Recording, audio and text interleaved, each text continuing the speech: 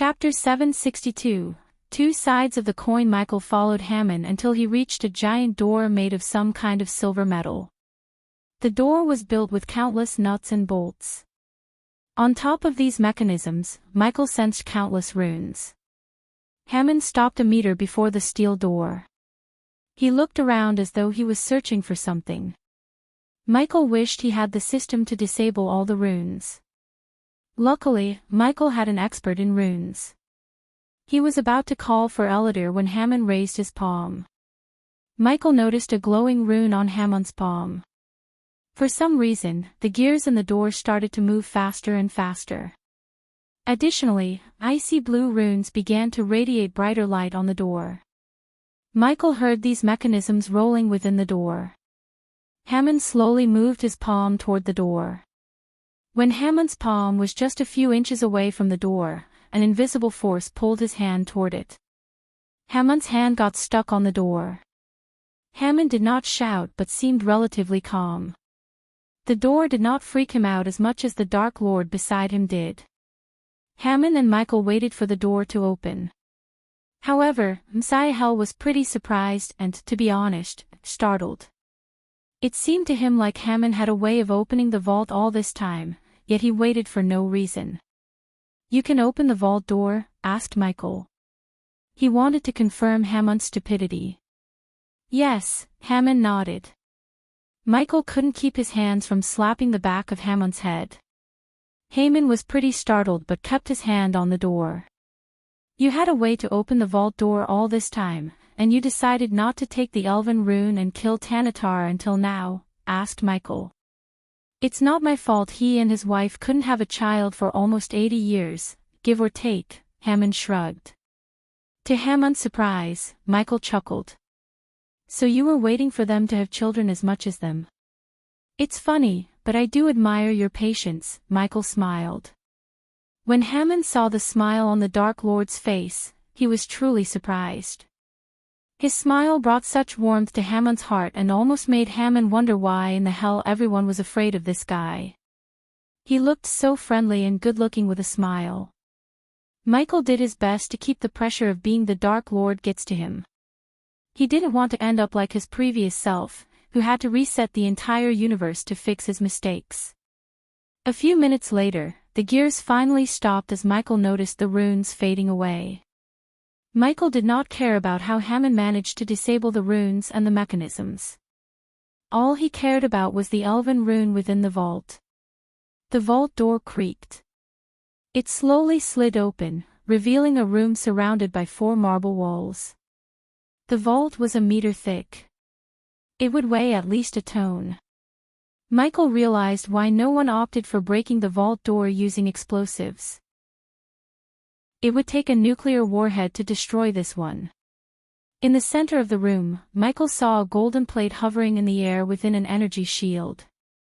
There was a glowing rune on the golden plate. It suddenly pulsated a wave of energy as though it had sensed something. At that same time, the rune on Hammond's palm produced an otherworldly whistling noise. The golden plate moved toward Hammond but was stopped by the energy shield. Hammond's legs turned to jelly, seeing the rune after so many years. He slowly took a step forward. On the other hand, Michael walked toward the elven rune to find a way to free it from the energy shield. Michael's eyes flickered. He activated the X-ray vision to locate the source that was powering the energy shield. Michael noticed a purple heat wave running from the ground below the golden plate into the wall on the other side. Michael made his way to the wall and ran his fingers through the wall. He knocked on the wall for a moment to gauge how thick these walls were. The dark flames coiled around Michael's fist. He was about to punch the wall when he sensed several beings on their way to the vault. Michael slowly turned around to welcome the party while Hammond walked toward the rune in slow motion. "Hammond!" Suddenly, a dominant voice echoed through the empty vault. The voice snapped Hammond out of his daze. His body became rigid. Hammond slowly turned around. Hammond's mind went blank when he saw Tanatar and his royal guards at the vault doorway. Michael wondered what made Tanatar ignore his children and return to the vault until he saw a glow on his hand. If Michael had to guess, he would say Tanatar had another rune on his hand. In a blink of an eye, Michael appeared behind Tanatar. The soldiers were caught off guard by his speed. Before they could react, Michael shut the vault door, trapping Tanatar alone in the vault with them. Normally, it would take spells and special arrays to shut the door closed because it was too damn heavy. But to Michael, this steel door was no different than a wooden door in a tavern. Even the half-immortals of the same level as him didn't possess such godly strength. His raw strength was another perk of being a god. Tanatar was startled. "My lord! Open this door! Lord Tanatar!" The soldiers shouted from outside, yet only Michael could hear them. To Hammon and Tanatar, it was all silence. "What's the meaning of this, Hammon? And who is this?" Tanatar pointed at Michael, who returned to the place he was a second ago. "What the hell, are you not in the Lonely Mountain?" Hammon blabbered in shock. "Wait, how do you know dash?" Tanatar held his words as realization hit him. "What did you do?" Tanatar dashed at Hammon with uncontrollable rage.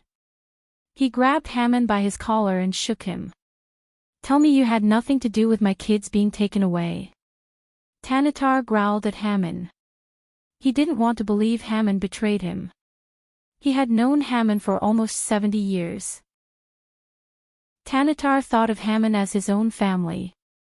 "Yes, I took them." Hammon roared, pushing Tanatar to the ground. Michael witnessed their feud without lifting a finger. The golden plate with the elven rune drew his attention the most. He felt familiar energy from the plate, which seemed strange to Michael. It would have been easy to scan the plate with the system if it didn't go offline. Since it wasn't the case, Michael had to rely on himself. It almost felt like there was something powerful hiding within the golden plate. When Michael focused on it, he heard a low-pitched roar coming from the plate. This roar was filled with rage, like a wounded beast was trapped within. "How do I feel when you took everything from me?" Hammon lunged at Tanatar before he could get to his feet. Hammon got on top of Tanatar and punched him in the face. Tanatar grabbed Hammon's neck and rolled over, turning the tables on Hammon. But Tanatar did not punch Hammon. He was more shocked and stunned than he was furious. "I treated you like my family. You killed my entire family." Once again, Hammon roared. He scratched Tanatar's hands, tearing his robes. "Okay, I had enough." Michael rolled his eyes. He just waved his hand as Hammon and Tanatar blasted away from each other. They hit the walls opposite each other. They tried to free themselves, but a powerful invisible force held them to the wall. "You have to listen to Hammon's story first," Michael said to Tanatar. Michael flicked his wrist as Tanatar couldn't open his mouth. He felt like an invisible hand keeping his mouth shut. "Hammon, tell him what he did to you. Get everything off of your chest." Michael turned his gaze to Hammon. It didn't take Hammon long to spew the same story he told Michael. Only this time, his tone was filled with more rage and murderous intent. While recalling his story for the second time, blood trickled down from Hammon's nose. Tanatar's eyes widened and filled with shock. When Hammon finished his story, Michael noticed Tanatar's eyes watering up. Michael was surprised. Tanatar's eyes didn't look like a killer's. Michael had seen enough killers to know Tanatar may be innocent. Michael now wanted to hear Tanatar's side of the story. Hence, he shut Hammon's mouth and let Tanatar speak. "I didn't kill Erdan." Tanatar's voice stuttered. "He was my best friend." Tears gushed out of Tanatar's eyes. Hammon roared, but no words came out of his mouth. He gave this elven rune to protect it because he suspected someone was planning to steal it and use it for nefarious purposes, Tanatar sobbed.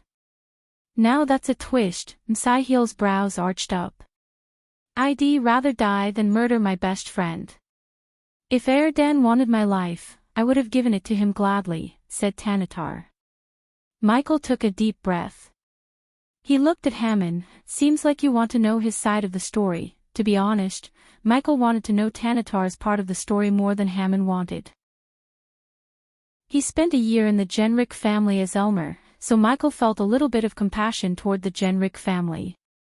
At the same time, he felt Hammond's actions were somewhat justifiable after learning what Tanatar did to Hamlets. However, Michael's thoughts changed when Tanatar completely denied killing Erdan Hamlet and stealing the Elven rune. Your kids are safe. Just tell him your side of the story, Michael said to Tanatar. Tanatar believed this complete stranger for some reason.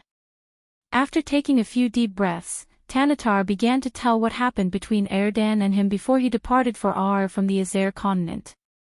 Tanatar's story completely contradicted Hammond's part of the story. According to him, Erdan Hamlet, the house head of the Hamlet family, asked Tanatar to take the Elven rune and leave for the Aur continent. He suspected someone within the Hamlet family was planning to take the Elven rune and present it to none other than the Dark Lord himself. It was shocking, to say the least. Michael was caught off guard. Initially, Tanatar refused to do that, but Erdan insisted, giving him no choice. As a lonely adventurer, Tanatar had no family then. So he agreed to take the Elven rune away to save Erdan's family. But he never thought his entire family would be wiped out by a plague that only affected the Hamlets. Even after founding the Genrick family, Tanatar did not stop looking for survivors. Unfortunately, he found no one and concluded the entire Hamlet family was wiped out. So someone from the Order was living with the Hamlets, Michael sighed. He knew he or she probably died from the strange sickness that hit Hamlets. But Michael couldn't figure out how Erdan learned about the Order members' plan. Michael refused to believe they were sloppy enough to let Erdan learn about their plan. The members of the Order were extremely cautious and cunning.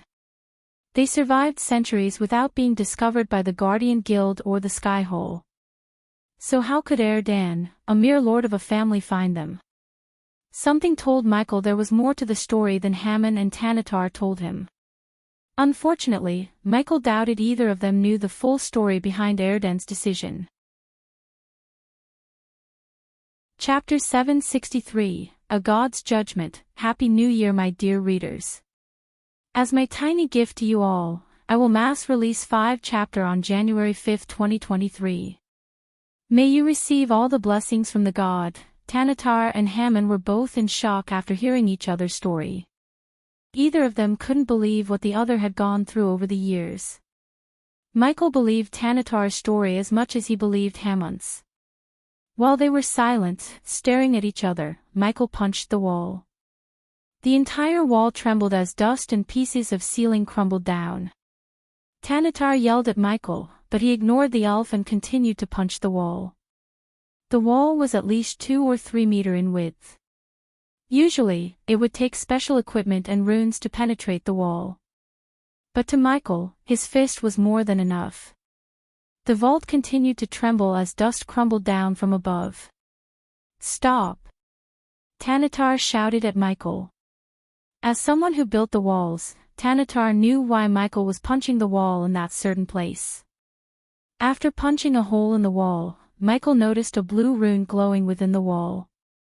Michael opened his palm as a stream of dark flames shot to the rune.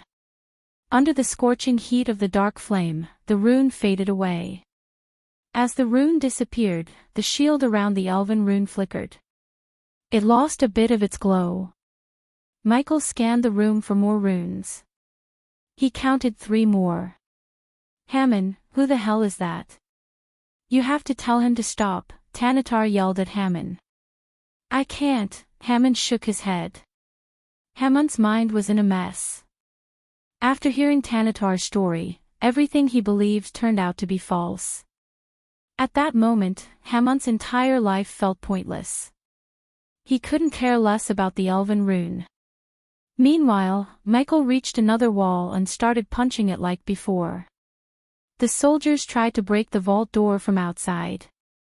Michael heard them yell at each other, trying to force their way in using siege machines. Once again, Michael saw a rune within the wall. He simply destroyed the rune with his dark flames. The shield flickered as it shone dimmer and dimmer. Tanatar struggled against the invisible force binding him to the wall. But no matter how hard he tried, he couldn't escape. He even tried to cast a spell, only to fail. The force prevented him from completing his spell. Michael, on the other hand, completely ignored Tanatar and Hammon. When Michael started to punch the wall covering the last rune, Tanatar screamed at him as loud as he could. Michael created a hole deep enough to explode the rune with a couple of punches. His fist turned blood red. Punching still hurt his fist despite covering his fist with the dark flames.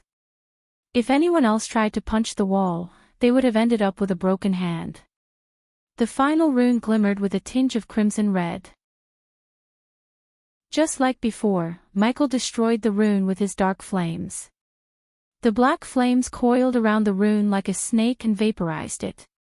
At last, the shield covering the golden plate with the elven rune fell down on the ground. Michael made his way to the golden plate and picked it up from the ground. The golden plate pulsated with strange energy. Suddenly, a powerful blast of grayish energy blasted Michael away. Michael was caught off guard. He flew onto the wall behind him and hit it with a loud thud. His hands went numb. Michael quickly picked himself up to see a strand of purplish flame seep out of the golden plate. A primordial flame, the flame glowed brighter and brighter. To Michael's surprise, the flames formed a creepy smiley face in the air. As though the dark flames had some kind of hostility toward the strange primordial flame, the dark flames shot out of Michael's body. The dark flames produced an otherworldly hissing sound. Michael felt like the two flames wanted to kill each other. He could literally feel the dark flames' hatred toward this new primordial flame. Michael dashed at the purple flame to absorb it somehow. However, the purple flames lashed at Michael. He quickly jumped, flipping in the air to avoid the flame waves. He immediately cast Silenes to slow the time around him. He wanted to catch the purple flame. However, the primordial flame did not get affected by the spell. Its shot flew above, penetrating through the ceiling as though it was made of form. Michael landed right above the hole. He looked up at the hole to see nothing but the sky. The primordial flame penetrated through the manor and flew away. Damn it system, Michael cursed the system. If it was online, Michael could have absorbed the primordial flames. Since the primordial flames would choose its host as a sentient being, Michael had a feeling the flames were on their way to finding a suitable host. What the fuck was a primordial flame doing inside this? Michael picked up the golden plate with the elven rune on it. After the primordial flame escaped, the elven rune did not pulsate any powerful energy waves. Michael put the elven rune inside his space ring before turning his gaze back at Hammon and Tanatar. Did you know what that was? Michael asked them. They looked just as confused as Michael. He sighed. He walked toward Hammon. He was telling the truth. The flame you saw had powerful energy radiation. Your family spent years in this radiation. So when he took the golden plate with these flames trapped within, the energy radiation disappeared.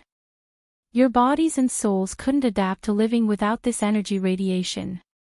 Hence, the sickness. Simply put, the real culprit is the flames trapped within the golden plate, Michael explained to Hammon. However, Hammon's eyes glimmered with doubt. It made sense. After all, Hammon spent his entire life believing Tanatar betrayed him and his family. That kind of hatred wouldn't go away so easily with a few words. You lost a family long ago but gained a new one here. There is no reason for you to seek revenge anymore, said Michael. Normally, Michael would avoid giving advice or putting his nose into someone else's business. But Michael lived with Hammon and the Genrick family for a year. He had a soft spot for them. Unlike Maxim and his family, Tanatar did no wrong to Hammon. Michael wished Hammon to embrace his new life and let go of the pointless anger. Judging by Tanatar's look in his eyes, he was willing to forget and forgive what Hammond did. The question was, will Hammond change?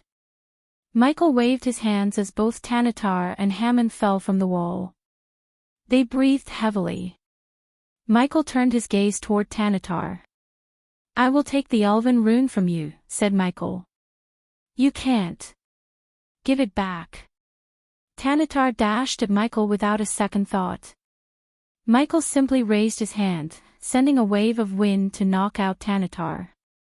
The gust of wind blasted Tanatar onto the wall. Tanatar growled in pain. He even coughed up blood. If Michael didn't hold back his power, a simple wave of wind could have killed Tanatar.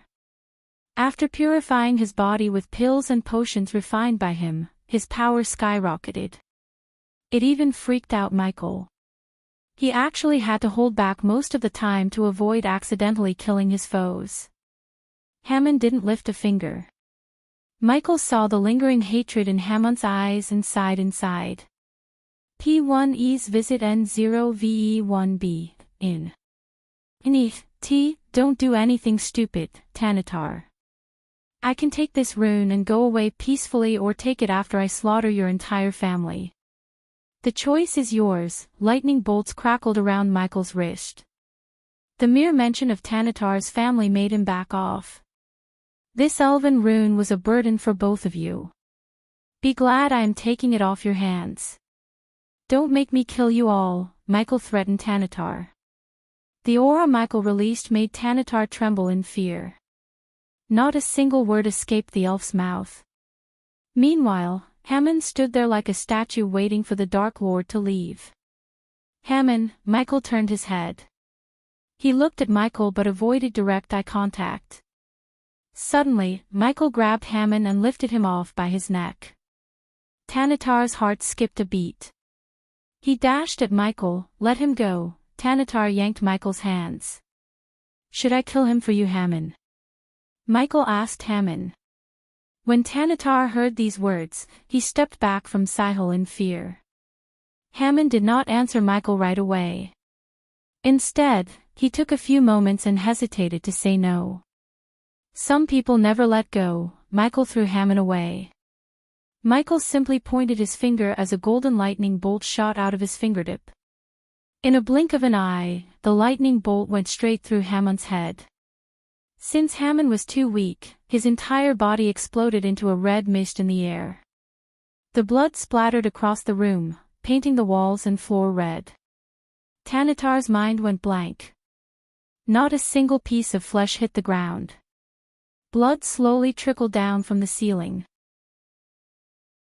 After the red mist settled down, Tanatar came to his senses.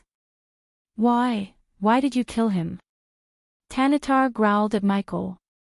Before Tanatar could do something stupid, Sihel flicked his wrist, keeping Tanatar still. His hatred for you and your family runs too deep. Sooner or later, he might have flipped and killed you all. I killed him so you won't have to. He could have changed. He just needed time, Tanatar shouted at Michael. His eyes turned blood red due to all the suppressed rage and fury. Life is not rainbows and unicorns, Tanatar. If he did change, which I don't believe he would, you would all be a family again. But what if he didn't? What if he still wants to hurt you? Then, you won't have a family to be together with, said Michael. Tanatar shook his head. It wasn't your call. Who are you to decide whether he lives or not? You are not a god. Tanatar shouted as loud as he could. I am, Michael simply said. He didn't bother wasting his time explaining it to Tanatar. The elf may have held a grudge against him, but Michael knew he had done the right thing. Over the past year, the Genrick family treated him like he was their own. Michael felt grateful toward them. He just settled his debt by ensuring the Genrick family survival. Chapter 764, Hell Flames. You have a lot to learn and improve if you are going to match him, baby girl, said Adelia. Gaia breathed heavily several meters before Adelia. The training ground behind the castle had several cracks in the ground. The mother and daughter duo barely held back in a mock battle between the two. Although Gaia used almost all her power, she couldn't defeat her mother. No one can match him. He is a god, Gaia growled. That's not an excuse. He wasn't always the god. He trained and fought hard to get to this point, said Adelia. Nightmare and Vidora gawked at Adelia and Gaia. They missed having a bowl of popcorn and snacks to watch them bicker and fight. Nightmare laughed, seeing Gaia getting her ass kicked by her mother. In the Dark Army, only Adelia could defeat Gaia in a battle. Even when Adelia suppressed her cultivation to match Gaia, she still defeated Gaia without breaking a sweat. I trained him. Well, mostly, Gaia rolled her eyes. Why don't you challenge him to a duel when he returns? Asked Gaia. It'd be a great motivation for me to see you get defeated for once. You want your mother to fight the Dark Lord? I never thought you had a grudge against me, Adelia sighed. Gaia sighed and threw the sword in her hand. It's not like that, mother, Gaia gently smiled. Gaia was about to go to her mother and embrace her when a bolt of lightning hit the training ground. Gaia and Adelia were startled by the sudden lightning bolt strike. To their surprise, they saw Michael where the lightning had just struck. How are my two favorite ladies in the world? Asked Michael as they all dashed at Michael. Nightmare shrunk himself and leaped onto him with Vidora. Nightmare and Vidora showered Michael with wet kisses. It had been a year since they saw Michael. Michael rubbed their chin as he turned his gaze toward Gaia. He opened his arms, waiting for her to embrace him tightly. Gaia hugged him as her face lit up with joy. She buried her head in his chest like a little girl. For a few moments, Michael stayed in this group hug. I missed you, bastard, Gaia purred. What do you mean, miss me? We just met a week ago, Gaia smiled. Even though Michael pretended to be Elmer in the Genric family, he occasionally met Gaia by teleporting to the floating mountain in the dark ocean. He was grateful that the runic teleportation worked while the system was offline. Shut up for a moment, Gaia punched him in the chest and dragged this lovely moment as long as she could. Finally, after a minute or two, Adelia cleared her throat to disband the hug. She knelt down to pay her respect when she saw the Dark Lord's gaze fall on her. You don't have to do this. We are family, said Michael. Vidora jumped onto Michael's shoulder.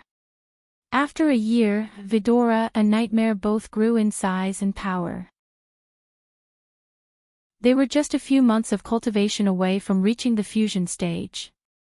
I swore to serve you as your servant long before you met Gaia, my lord. So it's my duty to bow my head and kneel down, said Adelia.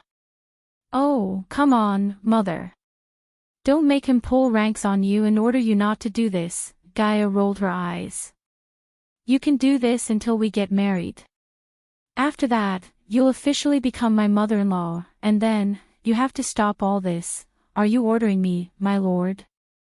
Adelia asked with a playful look.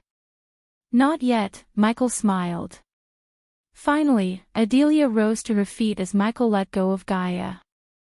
Nightmare jumped onto Michael's other shoulder and swapped his tail around Michael's neck. Michael looked around the floating mountain and saw the castle construction work in the distance. The waterfall behind the construction site proudly flowed from atop the sword-shaped mountain peak. He noticed the vampires patrolling the floating mountain as Saber instructed them. Thanks to Mugashuku, the dark ocean became a perfect safe haven for Michael. Looking at the dark storm clouds above him and the continuous lightning storm, Michael wondered if he had lived in the place before he reset the universe. This place was simply perfect. The only drawback was transporting construction materials to the island by ships. At the moment, they had portals to let people go in and out of the mountain. However, these portals failed to transport goods and materials. He needed the system's help to find a solution to this problem. He slowly walked toward the construction site with Adelia and Gaia by his side. Did you get the elven rune? Asked Gaia. Yes, said Michael. Gaia felt a strange concern in his voice. Something happened. Michael nodded. I found the elven rune, but I also found a primordial flame. Everyone was surprised by Michael's words. Did you absorb it? Asked Iag, only to see Michael shake his head. It escaped, said Michael. Wait, you have the dark flames. Rowena has the cold flames. I saw Noah use heavenly flames. That makes 3 primordial flames. It's safe to assume there is a light flame since you have the dark flames. This means the primordial flame that escaped your grasp must be the hell flames, said Gaia. Michael shared the same thoughts too. But one question kept nagging Michael's brain regarding the primordial flames. If Noah has the heavenly flames, who has the light flame? Has it found a host yet? If Noah is the god of light, the light flames will choose Noah. That's not always the case, my lord, Adelia interjected. What do you mean? Iag turned her gaze toward Adelia. Let's just say someone has found the light flames before Noah and you were born, then the light flames have to choose a host. One of 3 things must have happened. 1. No one has found the light flames yet, and they are still trapped somewhere. 2nd, Noah possesses both heavenly flames and the light flames. 3rd, someone else has absorbed the light flames. Michael listened to Adelia in silence. After spending time with Adelia, Michael learned where Gaia got her intelligence from. Adelia had both the brains and power. A deadly combination. He hadn't seen her fight with his own eyes, but he knew everyone in his army feared Adelia as much as they feared Gaia. How's your search for the arrows going? Asked Michael. When Adelia first came to the mountain, she already had 1 god-killing arrow. Ever since then, Michael ordered her to find more of these arrows. Apparently, the system level was too low to find more of these arrows. Hence, Michael had to rely on old methods. P1E's visit N0VE1B, in NE. Michael didn't know there were a total of 7 arrows in total. Noah had already found 1, and thanks to Adelia, Michael had 1. Which meant there were 5 more arrows yet to be found. Michael knew whoever held these arrows would have the ultimate power. Michael wanted them to be with him if these arrows could kill a god. But finding these arrows proved to be extremely difficult. Michael assigned the task to his best and most powerful subordinate, Adelia Ashton. Michael didn't trust anyone with the arrow he had in the space ring, not even Eladir. Instead, he waited for the system to come online so he could learn more about these arrows. Not a single day passed without Michael cursing the system for being offline for such a long time. In fact, he actually missed the system's snarky comments more than he missed its power. I might have found a clue about the next arrow. But I need some time, said Adelia. Saber contributed the most to Adelia's search for these arrows. The elder vampire was extremely resourceful and had contacts almost everywhere.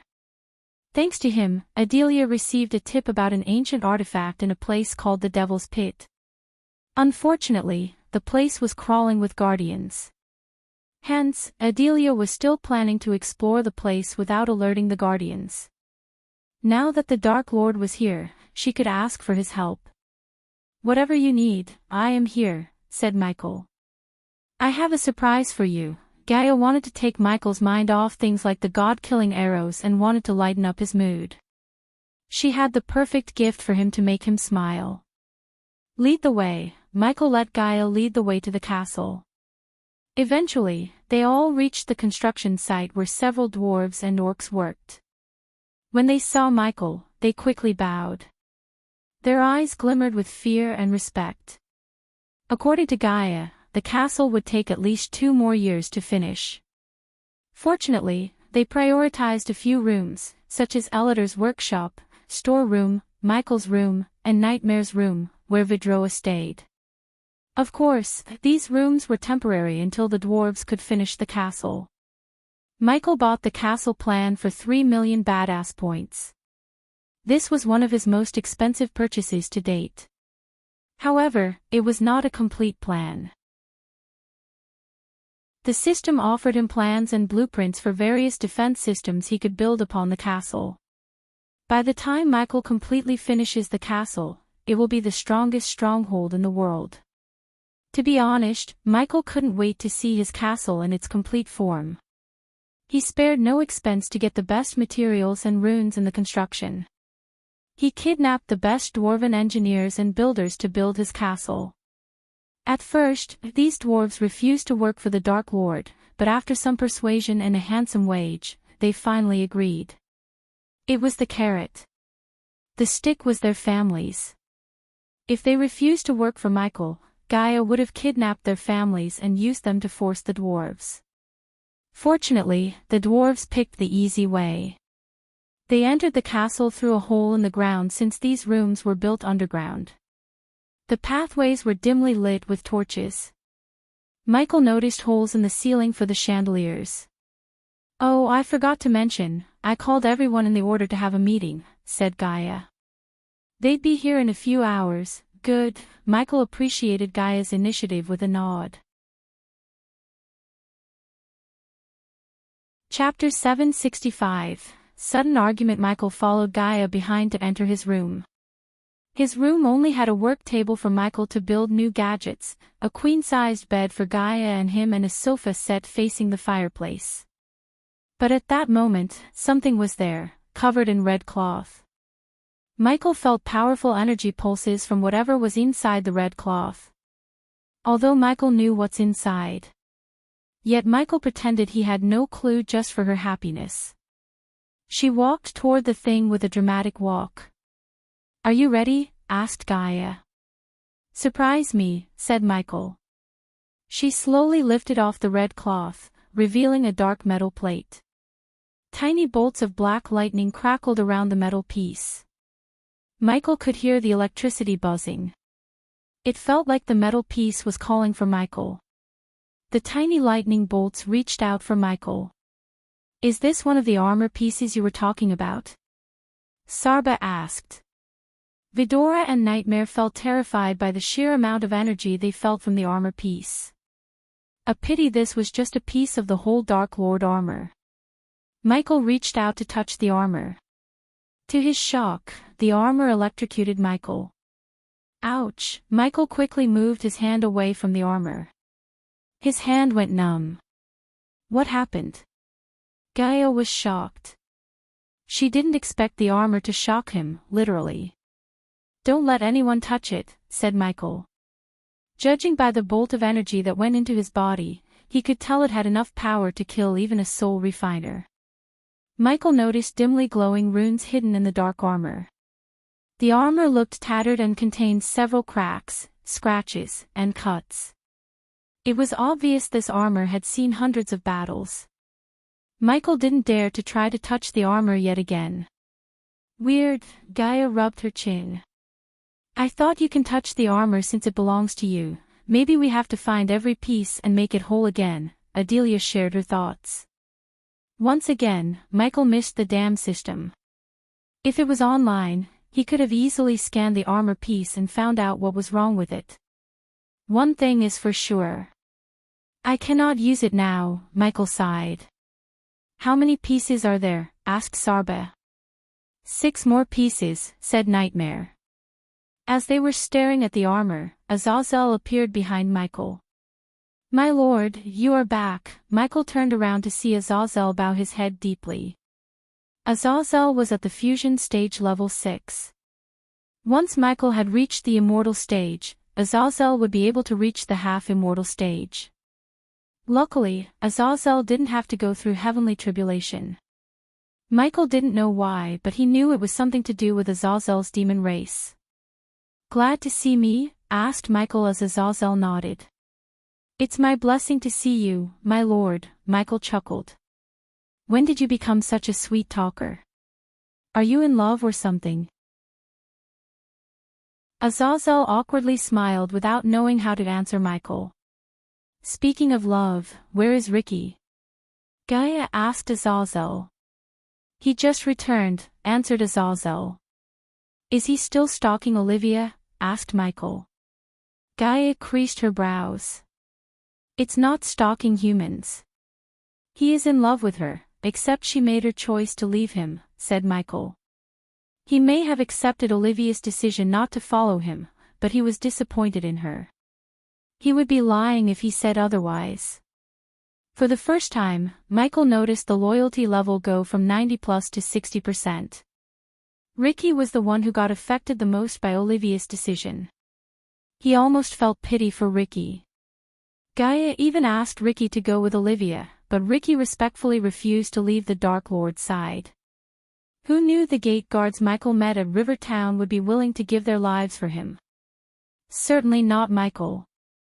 They even brought their families with them and put them in Giselle. With Kai's aid, their families lived comfortably under the Dark Lord's protection.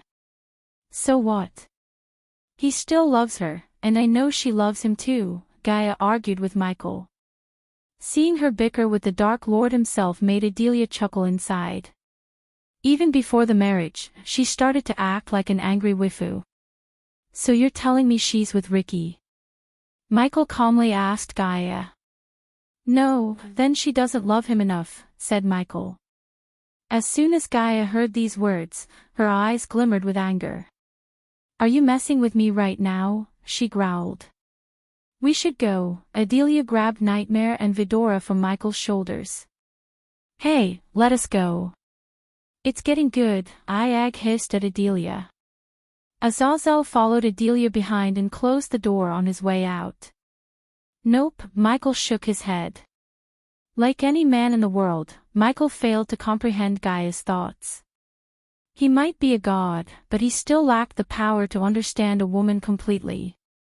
You are being a complete asshole, Michael, said Gaia. She seldom addressed Michael by his first name. But whenever she did, she was furious at Michael. Okay, I am confused. What does Olivia leaving Ricky have anything to do with me? She made her choice, it has everything to do with you. He chose loyalty over love because of you, the Dark Lord. You can't blame Olivia. Not everyone will follow you without a second thought, Gaia growled. Everyone thought Gaia was cold, but in reality, she cared about all the subordinates. Ever since Olivia left Ricky, she has been watching over Ricky by keeping him busy. Although Gaia knew of Ricky's secret visit to Olivia, she allowed him, hoping Olivia would change her mind and accept Ricky. As a queen, it was in her blood to care for her subjects. On the other hand, Michael barely lifted a finger. As far as he was concerned, Olivia made her choice, and Ricky had to accept her decision and move on. I cannot force her to follow me either. She made her choice and should be grateful that I didn't end her life by leaving my side after everything I had done for her, said Michael. Why are you suddenly being so strange? Asked Michael. I am not being strange. I just can't believe you think you are completely blameless in Ricky's case, so what do you want me to do? Go to Olivia and force her to come with me. No, Gaia shook her head. How about you start giving a shit about Ricky and his feelings? For God's sake, he left the love of his life for you. The least you can do is accept you had a hand in the mess, Gaia raised her voice. And how dare you call his love stalking? What if I left you? Will you give a shit or let me go? Gaia punched Michael in the shoulder. Finally, Michael started to grasp where the anger was coming from. To be honest, Michael didn't know what to do if Gaia left him. However, he wouldn't cry or destroy himself like many for sure. Instead of worrying about what he would do after she left him, Michael would ensure she didn't leave him. First, you won't leave me, and I won't let you. Second of all, we are not them. We don't have any secrets between us, except one that I told you not to ask me about, Michael said, gently wrapping his arm around her shoulder. He noticed Gaia rolling the engagement ring on her finger. You cannot compare us with other couples. Didn't I tell you Ricky could go with Olivia if he wished to? Both Ricky and Olivia made their choices. We cannot force Olivia to be with Ricky. And you are right, Michael took a deep breath. They broke up because of me. Michael saw no advantage in keep denying it or arguing with her. Gaia's actions made him realize she was mad at him. To be honest, she was right to be so. It was he who refused to marry her when she asked him to. He wanted to be stronger and grow his army before marrying her. It was bad enough that he refused to have any kids anytime soon, but postponing the marriage was just crossing Gaia's patience. Now he realized Gaia had taken the rejection badly. Michael was too busy to care about her feelings, which Michael regretted. P1E's visit N0VE1B, in. And I am not going to make any more excuses. I will marry you in 6 months. On the same day, I met you first, Michael said. He didn't take this decision on the fly or to calm her down, but with his whole heart. He dragged the marriage thing long enough. Granted, Michael promised her to give the throne of Nagaland before the marriage, but Gaia wasn't interested in the throne anymore. She realized she could rule the entire world from Michael's side. Why did she have to settle for one kingdom when she could rule the entire world? Besides, Gaia wanted to marry Michael more than anything in the world. She wanted to be his side, not as the Dark Queen but as his wife. Gaia was startled by his words. Her eyes glimmered with joy and shock. Before she could say something, Michael locked his lips with her. He didn't want to argue anymore. He swooped Gaia from the ground and moved to the bed. A few hours later, Michael exited his room wearing his Dark Lord armor. Gaia quickly tied her hair and followed him behind to the meeting hall. Michael promised Gaia when the time comes, he would talk to Olivia and explain things better to her for Ricky's sake. They patched things up on the bed and returned to their normal selves. Eventually, after navigating through the dark pathways, Michael and Gaia reached the meeting hall. He heard people buzzing inside. Michael waited outside for a moment before opening the door. Unlike before, Michael did not wear any mask to hide his face.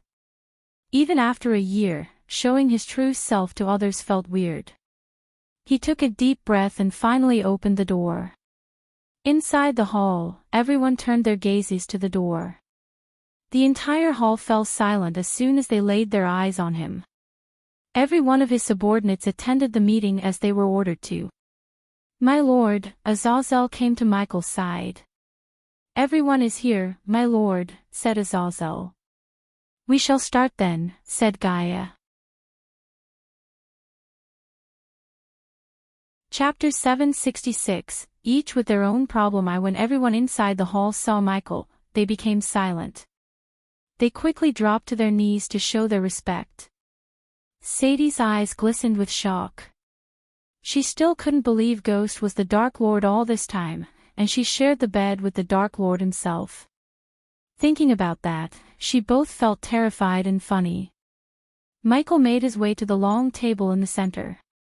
His throne, made of skull and bones, was located in the front beside Gaia's throne. Michael sat on his throne, putting one leg atop another. Take your seats, said Gaia before sitting beside Michael. All of Michael's subordinates took their seats. They looked a bit scared more than usual, seeing Michael almost after a year. Every single one of them heard what had transpired on the Ithilien island. Just like the rest of the world, they were scared too. After all, Michael slaughtered half immortals and immortals as though they were nothing. To this date, Michael received badass points whenever someone gets afraid of what Michael did at Ithilien. It passively generated Michael with badass points. In addition to Michael's subordinates, he noticed a few new faces. These new faces were the ministers working for Michael's subordinates. Among these, some familiar faces stared at Michael with shock and awe. For now, Michael ignored them. We will initiate the new members into the order after this meeting, said Gaia. How is everyone doing? Michael asked his subordinates. Very well, good, fine, thanks to you, Dark Lord, his subordinates answered him with respect. I am glad to hear that. I was gone for a year, so I want to hear what you did in that time. Michael glanced over at his subordinates. Let's start with you, Tiberius, King of War, Michael turned his gaze toward Tiberius. Physically, Tiberius looked healthy, glowing, and with more muscles. He wore fancy robes suitable for a king rather than a warrior. The cultivation device made by Michael and Elidor glimmered around his wrist. The device resembled a silver wristwatch with something glowing in the center. It was built with intricate parts and runes that turned arch-energy crystals into pure energy and helped Michael's subordinates cultivate even within the void line. This device was the most precious and powerful thing an order member could have. Only those who swore their loyalty directly to Michael received this device. Each device was equipped with a self-destruction rune. In case someone else got their hands on the device, it would explode into pieces, leaving nothing behind. Because of the cosmic energy coursing through his veins and the device around his wrist, Tiberius managed to reach the fusion stage level 5. Michael was happy with Tiberius' cultivation progress. In fact, no one disappointed him. Tiberius took a deep breath. I've been building an army as I was ordered. Freeland is growing faster than I initially expected. Since we haven't faced a war, our army lacks real battle experience, said Tiberius. Although they had a large army, most soldiers in the army didn't fight in a real battle. Without fighting a real battle, they would still be novices when it comes to war. Unfortunately, no one had the guts to wage war against the Freeland ruled by Tiberius. The biggest reason was Giselle's rapid growth in power. Gaia's leadership and the resources Giselle received from the order made Giselle stronger than any other kingdom ruled by a senate. On top of that, Maven became a part of Giselle, making Giselle the biggest kingdom in the southern continent. Among the 7 kingdoms in the southern continent, Maven and Giselle became one. As a result, 7 kingdoms became 6 kingdoms. With King of the Night, Saber's help, we managed to broker peace between Pririd and Myril. So we didn't need to send out troops to fight Pririd, said Tiberius. General Quintus worked for Fabia, who was working for Saber, so General Quintus became Michael's subordinate without him knowing. Gaia talked about initiating Quintus into the order as he was a fierce warrior and could be a valuable asset to them. However, Michael needed time to assess everyone's opinion of Quintus. He invaded Aria's homeland and turned them into slaves. Plus, he killed Heinberg, which gained Tiberius' wrath. Therefore, they might not be so welcoming to Quintus. In fact, Michael wouldn't be surprised if Aria or Tiberius wanted Quintus dead. At that time, Michael would have to end Quintus' life not to piss his subordinates off, especially Aria, whose life was turned upside down because of him. As for Kivin, Zoril and Netis, if you don't know about these kingdoms are called Trident of the Southern Continent, ruled by kings instead of senates, Gaia explained to the newcomers. Continue, said Gaia as Tiberius went on. They don't meddle with the Senate-ruled kingdoms, if I may, Dark Lord. Sadie raised her hand. I heard the 3 kings had met each other in secret. Also, I've been hearing from my girls each kingdom is bolstering its military and defense, said Sadie. As the Queen of Whispers, she was tasked to learn what was happening in the world as much as she could using the Silvermoon girls.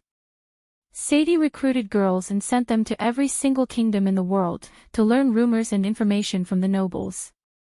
The Silvermoon girls were extremely efficient in gathering information and secrets from drunken nobles. Under their charm and beauty, the nobles opened up, and secrets flowed out of their mouths like a river. Do you know why they met? Asked Gaia. Not yet, Dark Queen. But I put my best girls to work. We will have something soon, said Sadie. As I was saying, they don't meddle with the Senate-ruled kingdoms. In other words, we do not have anyone to wage war on. An unused blade will eventually go blunt. So I'd like to request the undead to fight, Dark Lord. Tiberius made an unusual request to Michael. Michael thought about Tiberius' request for a few moments. He certainly couldn't go wage a war against a kingdom just to train his army. Even if the 3 kingdoms were bolstering their defense and army, it wasn't enough to wage war against them. Sometimes, they might do this because of Michael's existence in the southern continent. Dalar, Michael turned his gaze toward the orc at the table. I can definitely spare some undead for training, Dark Lord. But where do I send them? We cannot let the world see our undead, said Dalar. Cover them with armor, Michael simply said. Michael remembered Gaia's words about getting them a dedicated pocket dimension for their army to enter and train. Unfortunately, creating a pocket dimension was not that easy, even for a 6-star Runemaster. Once again, the system could solve this problem if it didn't go offline. But for now, covering the undead with armor had to do. That's all for my part, Dark Lord, said Tiberius. Give a report about the army to her later, said Michael as Tiberius nodded. After Tiberius finished his report, Michael turned his gaze toward Corey. Unfortunately, we are not lucky as King of War, Corey sighed. Our ships are getting attacked often by the Guardians and some unknown ships. They use a hit-and-run tactic. Corey's eyes burned with frustration and anger. Unknown ships. Michael tilted his head. He wasn't surprised by the Guardian ships, unlike these unknown ships. One should fear the unknown the most, Michael recalled Spectre's words in his mind. I ordered my men to catch one and interrogate them, but those bastards killed themselves before my men could catch them. The poison they used didn't even spare their bodies. By the time my men reached them, there was nothing but ashes. Michael creased his brows hearing about these men.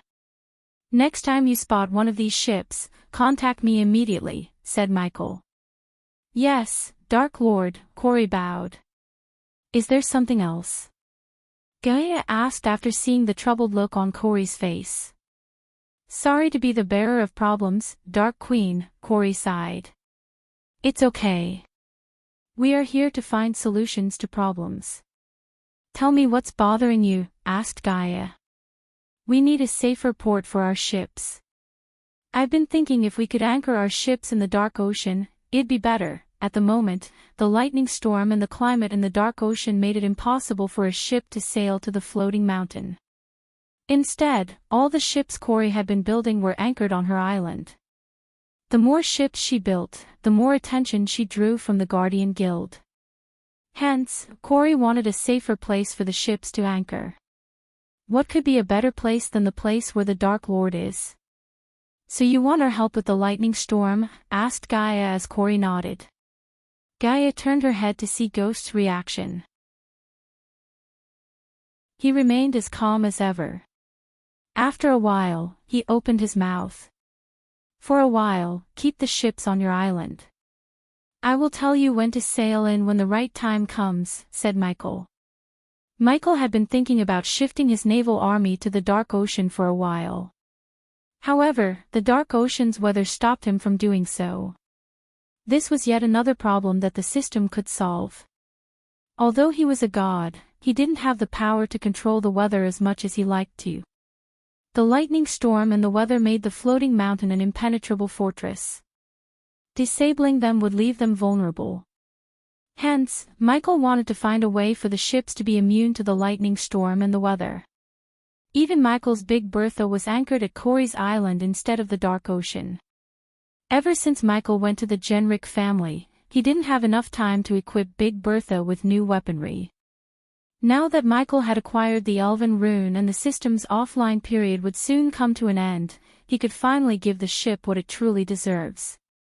Yes, Dark Lord, Corey bowed. Have you seen the Empress ships? Asked Michael. For some reason, Michael suddenly thought of the Elven Empress. No, Dark Lord, Corey shook her head. After Corey, Michael looked at a familiar face. He couldn't help smiling. How are you, Eve? Asked Michael. Chapter 767, each with their own problem too. Eve would have hugged him tight if it wasn't for the crowd around her. She couldn't care less about what the world was saying about Ghost. To her, he was the only one who helped her and her family when they needed help the most. He might be the Dark Lord to the world, but to her, he was her best friend. Michael's warm smile spoke more than words. Should I address you, the Dark Lord, as everyone else? Asked Eve. You know what, I will. After all, I decided to join your order. Michael knew better than to argue with her. To be honest, he was happy she made her decision to follow him. She chose him over her family and everyone she knew. That kind of friendship really warmed Michael's heart. I won't stop you then, Michael smiled. Many of the subordinates saw Michael smile for the first time. It was a pity Eve couldn't absorb the cosmic energy. Regardless, she reached the fusion stage with Michael's abundant supply of potions and pills. Don't let me stop your meeting. Carry on, said Eve as Michael nodded and turned his gaze to Gibson. After absorbing the cosmic energy, even Gibson was able to break through into the fusion stage. Dark Lord, Dark Queen, Gibson bowed toward Gaia and Michael, my fellow members of the Order. Gibson showed respect toward the other members with the bow. I've been hunting down the rogue pirate ships as you ordered me to. Since I was blessed with the title of King of the Skies, I received enough supplies to build our very first airship. It's far from complete, but the construction is going on full swing. If I may ask, Dark Lord, I'd like our own shipyard to build our airships, Gibson requested Michael. Gaia already mentioned to him Gibson was asking for a dedicated shipyard. Since they promised Gibson they would help him command an air force, Michael was obliged to build Gibson more airships. But to build them, they needed special shipyards instead of the shipyards used to build ships that sail on water. Luckily, the floating mountain came with an enormous amount of land. Michael could build an airship yard if he allocated enough gold coins to Gibson. Finish the first airship, and then you will have your own airship yard, said Michael. So have you come across any of these unknown ships that Corey mentioned? Asked Michael. Yes, Dark Lord. But the results were the same. Slippery bastards killed themselves and set fire to their ship before we could get to them. Michael rubbed his chin. Do the same as I told Corey. If you spot one, contact me ASAP, Gibson nodded. Michael then looked at Sadie as he wanted to hear how Sadie was doing. Sadie cleared her throat before speaking. With my fusion stage cultivation level, I am in the top 5 to become the next sect leader, Sadie proudly said. Who's on the selection board? Have any ideas? Asked Gaia. Sadie's eyes widened. Just the Dark Queen's look was enough for Sadie to know what she was planning. Sadie was speechless. But under the Dark Queen's piercing gaze, Sadie had no choice but to tell her the truth. Elders, sect leader, and an ancestor of the Silver Moon founder, said Sadie. This ancestor, how strong is he? Asked Gaia. Immortal, said Sadie. Michael thought about Sadie's selection for a few moments. Although Sadie was proving to be a valuable asset, she could help him more if she was to become the sect leader. How confident are you to make the final cut? Asked Michael. Sadie hesitated for a moment, which told Michael she wasn't 100% confident. In other words, she needed his help. To Sadie's surprise, Gaia had a strange smile on her face. Who is the most likely to become the next sect leader? Asked Gaia. Clara Galganic. The Guardian Guild is backing her, then let us worry about making you the next sect leader, said Gaia. She had already formed a plan in her mind. These little things were beneath Michael's attention. Hence, he let Gaia or someone else take care of it. After Sadie, Michael decided to talk to Arya. While he was in the Genric family, Gaia recruited rogue cultivators, adventurers, and some soldiers who deserted and turned them into fledgling assassins. Under Gaia's training and Michael's guidance, they became deadly assassins in no time. However, they still had a long way to go. These recruits were put under Arya and functioned as the new assassin guild. Whenever a member of the order needed someone out of their way, they just had to contact Arya, and she would take care of the rest. If she was tasked to kill someone stronger than her, then she would request Gaia's aid. Until now, Arya had never failed a contract put on someone. "I have almost nothing to report, Dark Lord," said Arya. It wasn't a surprise since Arya was tasked to search and kill. Most of the time, she would be in the floating mountain, training with her team. Michael simply nodded. Now that he had returned, Michael allocated some time to train Arya to make her a better assassin. After Arya, Dalar began to report to Michael. "I am currently working on transforming a typical undead into an alpha undead. Thanks to the King of War and King of the Southern Continent, I've been getting an ample supply of criminals," Dalar said with a devilish grin. As he said, Tiberius and Caius secretly teleported criminals and scumbags in the Southern Continent to the crypt, where Dalar transformed them into undead. With the vampires and their blood samples, Dalar was on the verge of creating a new breed of undead. Unfortunately, he needed more resources, such as gold coins and runes from Eladir. His research was like a black hole that kept sucking gold coins more and more. Anyone would have stopped funding Dalar a long time ago.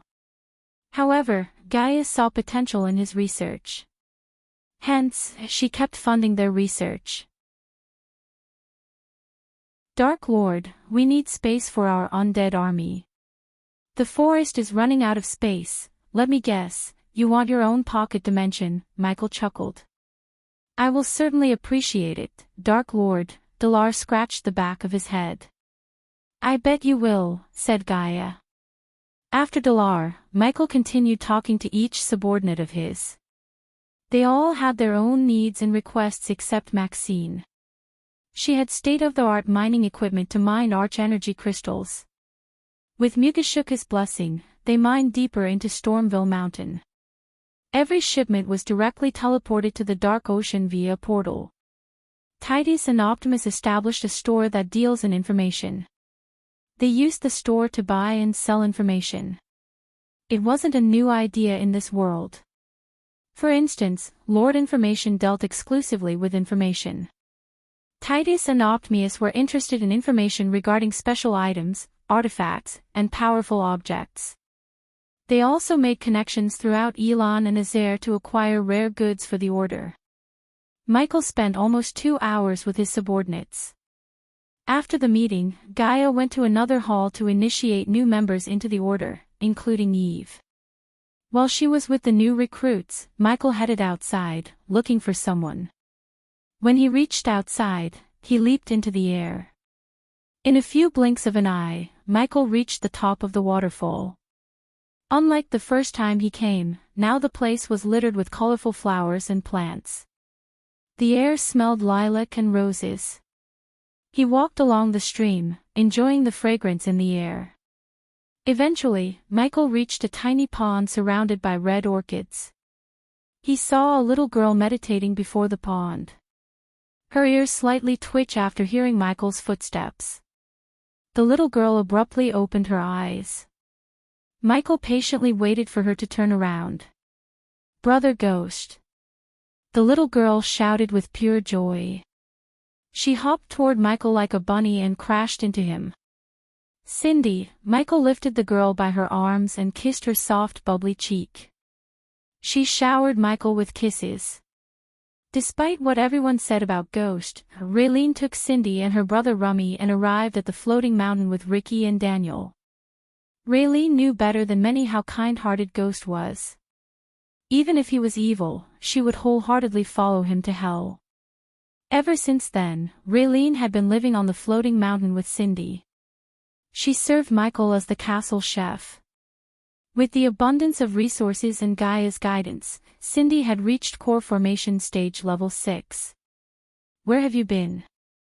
People said so many bad things about you, Brother Ghost," Cindy purred, resting her head on his shoulder. "Did you believe any of it?" asked Michael. "Nope. I know my brother, every coin has 2 sides, Cindy." "They do not know why I did what I did," said Michael. Cindy was not a little girl anymore. She was growing up, and Michael wanted her to face reality rather than live in ignorance. "I know," Cindy pecked him on the cheek. Michael carried Cindy on his shoulder and strolled around the mini garden. Spending time with Cindy was a breath of fresh air after the intense meeting with the Order. Since Cindy had reached the core formation stage, he taught her how to fly. They flew across the skies until Michael was called to the castle by Adelia. They thought they were going to surprise Michael with a feast. But he could smell Raylene's cooking from a mile away. Still, Michael pretended to be surprised for the sake of Gaia and Raylene. Chapter 768. An old enemy. Michael was on his way to the feast hall when he met Raylene. She greeted Michael with a relieved sign. She was worried sick about him while he was gone. Master. Raylene almost called him Master Ghost as usual. Realizing he was called the Dark Lord by everyone here, she swallowed her words. She awkwardly smiled at Michael. Michael relieved the tension with a friendly hug. I am glad you chose to come here, said Michael.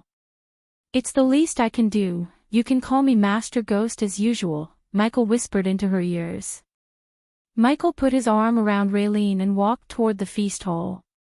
Even from the outside, he could sense the liveliness inside. The air smelled of baked buns and roasted meat.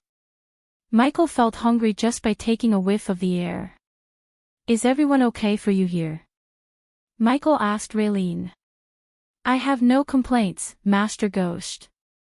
Except for the weather, it's always dark and gloomy here, Michael chuckled. Well, it comes with the territory of being the god of darkness. Raylene's eyes widened. Her body shivered. So is it true, Master Ghost? Are you really a god, as Lady Gaia says? Asked Raylene. Yes, said Michael. He saw no reason to hide his true identity anymore.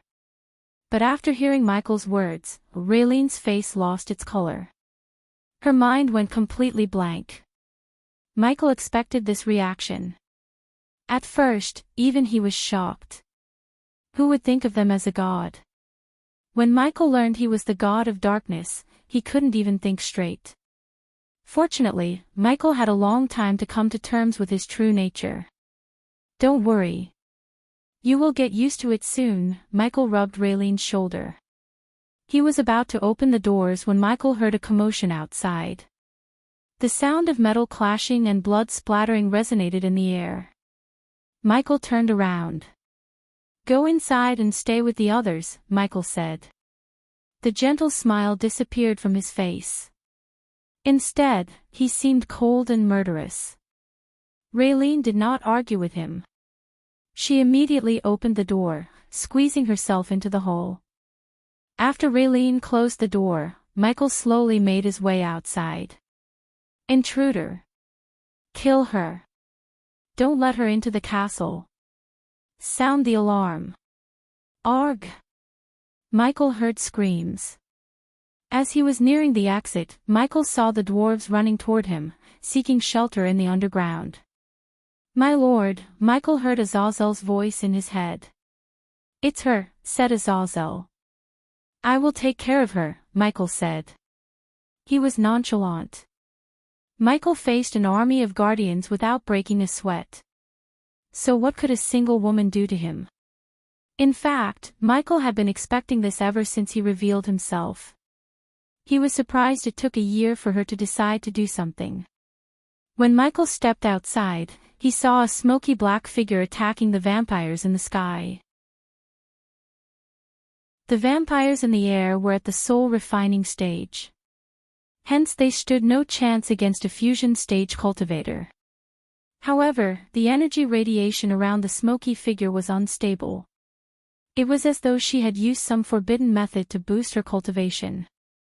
You! The smoky figure noticed Michael on the ground.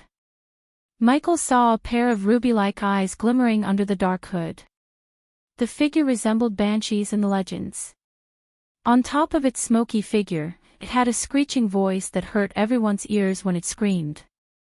Before it could descend to the ground, a vampire tried to attack the figure from behind. The figure clutched the vampire's neck without even turning around. The vampire squirmed under the figure's clutch. The figure slowly turned around as though it wanted Michael to watch what was about to happen.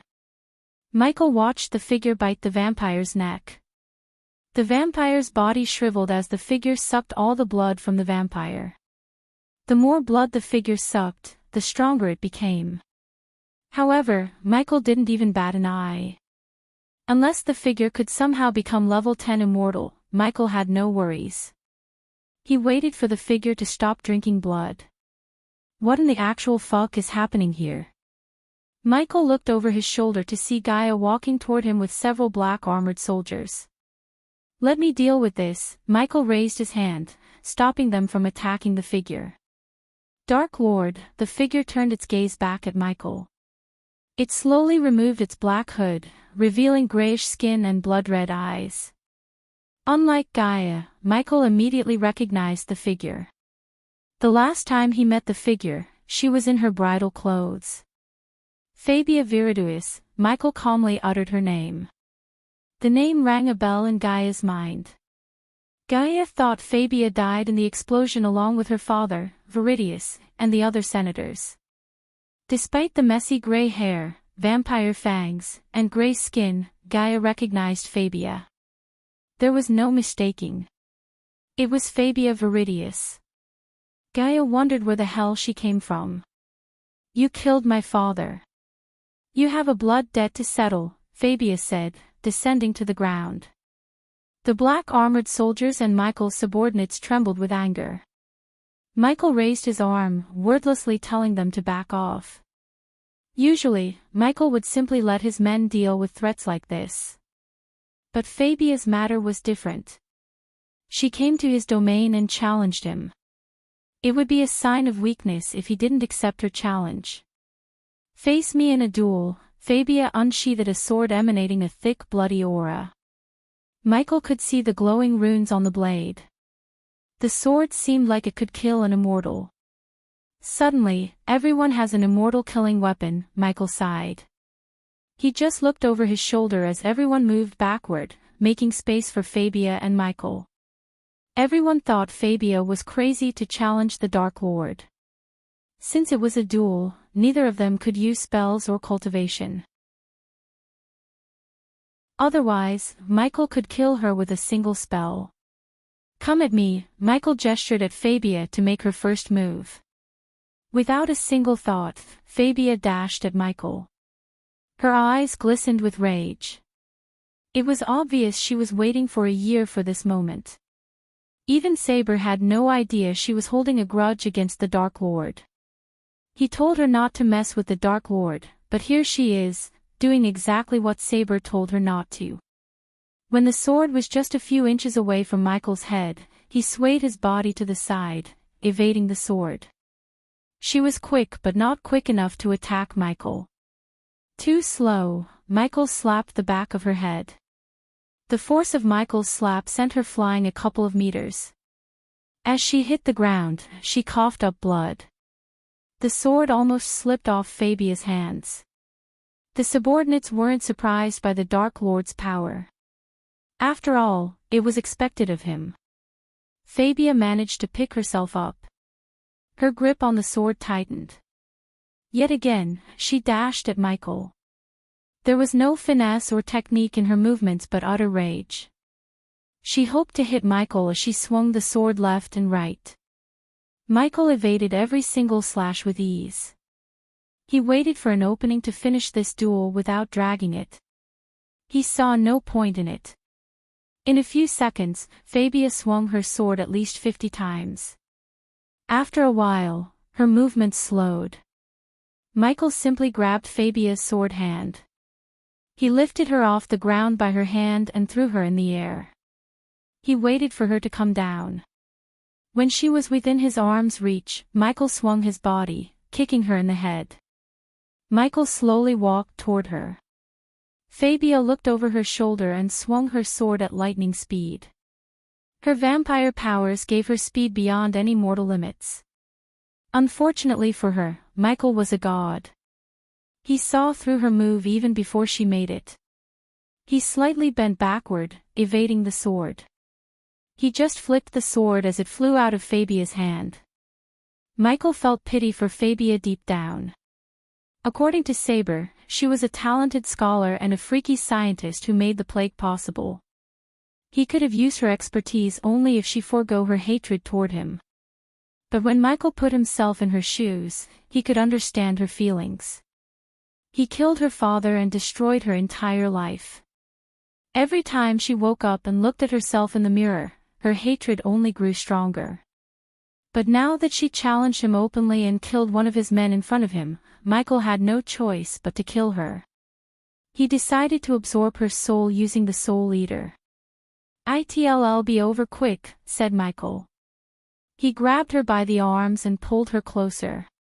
To Michael's surprise, she spat a mouthful of blood at Michael. The blood temporarily hindered Michael's sight.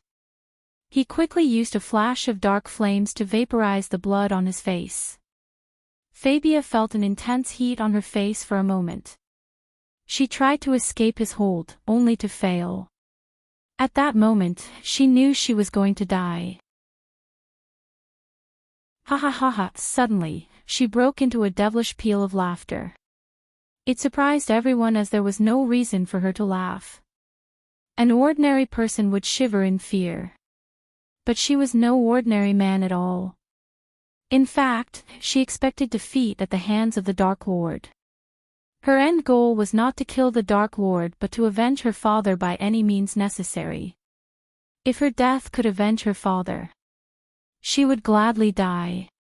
Michael was about to use the Soul Eater when he saw a bright glimmer in her eyes. His neck hair stood up, warning him about a threat. The space around him was distorted. This feeling was familiar to Michael.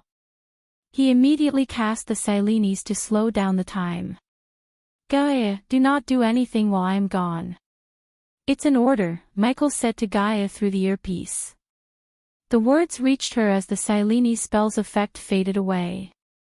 The very next moment, Michael and Fabia were sucked into a vortex that appeared suddenly in the air. Before they disappeared completely, Fabia coughed up blood.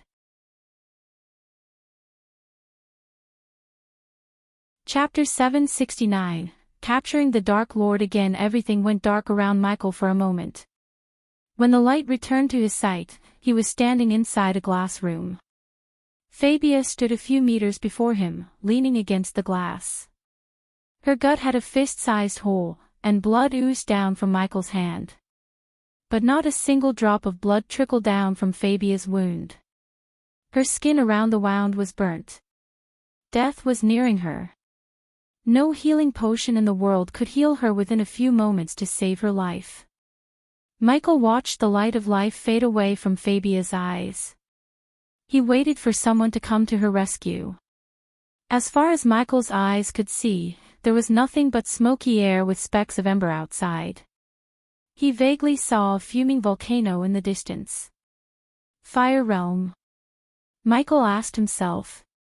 He tried to contact Gaia through the earpiece, but strangely, the earpiece didn't work. In fact, he didn't feel any energy around him at all. While Michael was looking around the cage, Fabia collapsed down.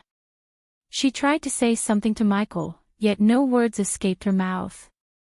However, looking at Michael, she smirked. She looked at peace as though she had avenged her father. Michael touched the thick glass between him and the outside. Judging by how sturdy the glass was, Michael knew he wouldn't be able to break it.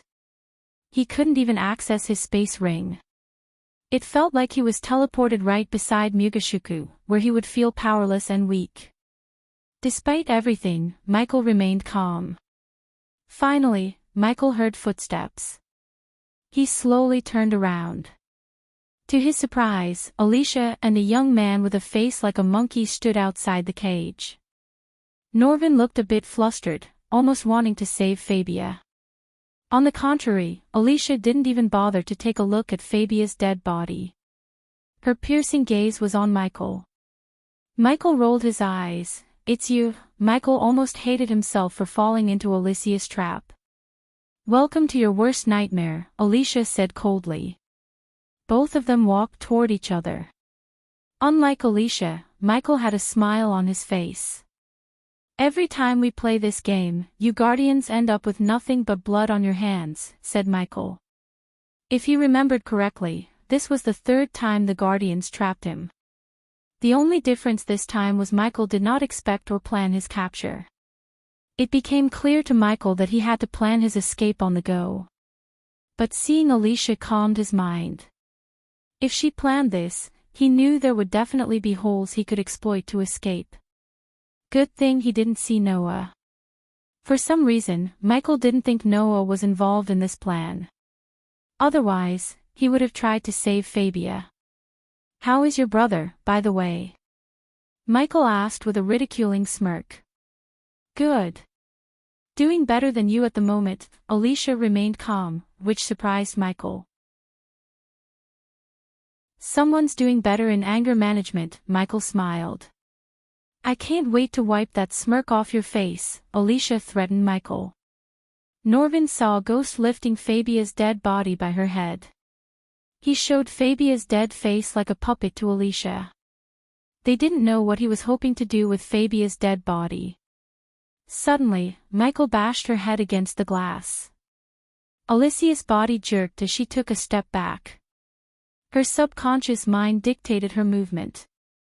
He bashed Fabia's head again and again on the glass until the head became a puppy mess. Blood trickled down the glass as Michael drew a smiley face on the blood. Fucking bastard, Alicia growled. I promise you, this will end in more bloodshed, said Michael. Norvin's heart skipped a beat. No one freaked him out as the Dark Lord did. In Norvin's mind, Ghost was the exact opposite of Noah in every way. In simple words, Ghost was evil Noah. It made sense to Norvin since Ghost was the god of darkness and Noah was the god of light. Norvin hoped this cage would hold him. He would have been more confident in this plan if no one knew about this. And I promise you, it will be your blood, Alicia banged the glass. When she locked her gaze with his eyes, images of what her family had gone through since the battle tournament flashed across her eyes.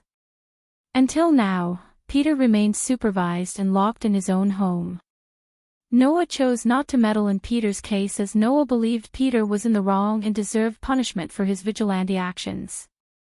Alicia slowly stepped back. A slow grin emerged on her cold face. Soon, she flicked her wrist as golden chains materialized inside the cage out of thin air. They flew at Michael, coiling around his wrists. It stretched out Michael's arms. He felt the chains tightening. The glass between them slowly slid open as Alicia stepped inside the cage. To Michael's surprise, her soul-refining stage cultivation didn't waver. Apparently, the cage only affected his cultivation somehow. Without a doubt, he was at a disadvantage. Alicia clenched her fist and punched him in the face as fast as she could. Alicia, Norvin tried to stop, but Alicia sent Norvin out of the cage with a blast of energy wave. Before Norvin could come to his senses, the cage slid closed. Is that the best you could do? Michael spat down the little bit of blood in his mouth. Alicia's eyes glistened with uncontrollable rage. She swung her fist left and right. Michael's vision became blurry after receiving almost the 60th punch from Alicia. Despite everything, Michael still had a smile on his face. With blood covering his teeth, he looked like a grinning devil. Alicia, stop! Norvin shouted from outside. However, Alicia did not heed his words. Instead, she kept punching Michael until her hands went numb. Are you tired? Michael snickered. You should work on your stamina. Michael moved his neck left and right as it made cracking noises. His face was almost covered in blood and swollen. Michael avoided using the APD so she wouldn't notice anything strange. Because of that, her punches did a number on his face. His nose was cracked, eyes were swollen, lips were cut, and a wisdom tooth began to shake inside his mouth. What the hell are you doing? Michael heard a voice. He looked over Alicia's shoulders to see Mutrad and a few others descending from the sky. Mutrad's eyes widened seeing Michael inside the cage. Alicia wiped Michael's blood off her pearl-white robes. "Just testing if the cage works," Alicia replied to Mutrad in her usual cold tone. Seeing the sea folks, Michael realized the plan of Alicia might be theirs, not the Guardian Guild's. "TSK, TSK, TSK, TSK," Michael tooted. Michael chuckled as they all locked their gazes with Michael. "If you have something to do with this, I strongly recommend you undo this." "I have no quarrel with the sea folks, don't create one," Michael said. If he had spoken these words before the Black Day, Mutrad would have laughed it off. However, after witnessing the entire island, along with hundreds of guardians, getting destroyed by the Dark Lord, Mutrad couldn't help shivering deep down. The last thing Mutrad wanted was a massacre in his homeland. Obviously, this wasn't Mutrad's plan. Instead, he was just sent here to oversee the Dark Lord's capture by his elders. Mutrad preferred planning with Noah more than his elders. For some reason, they didn't realize what the Dark Lord was capable of. "Shut up," Alicia punched Michael in the face to shut him up. Every punch made Michael want to kill her more. Until now, Michael never wanted to kill Alicia, but she managed to change that successfully. Norvin saw the glimmering killing intent in his eyes.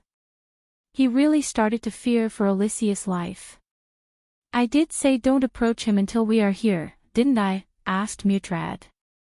He knew the history between Alicia and Ghost. Hence, Mutrad recommended the elders against bringing her into this mission. However, the elders did not listen to him. For some reason, they were adamant about putting Alicia on this mission. The elders felt she would do necessary things, such as sacrificing Fabia.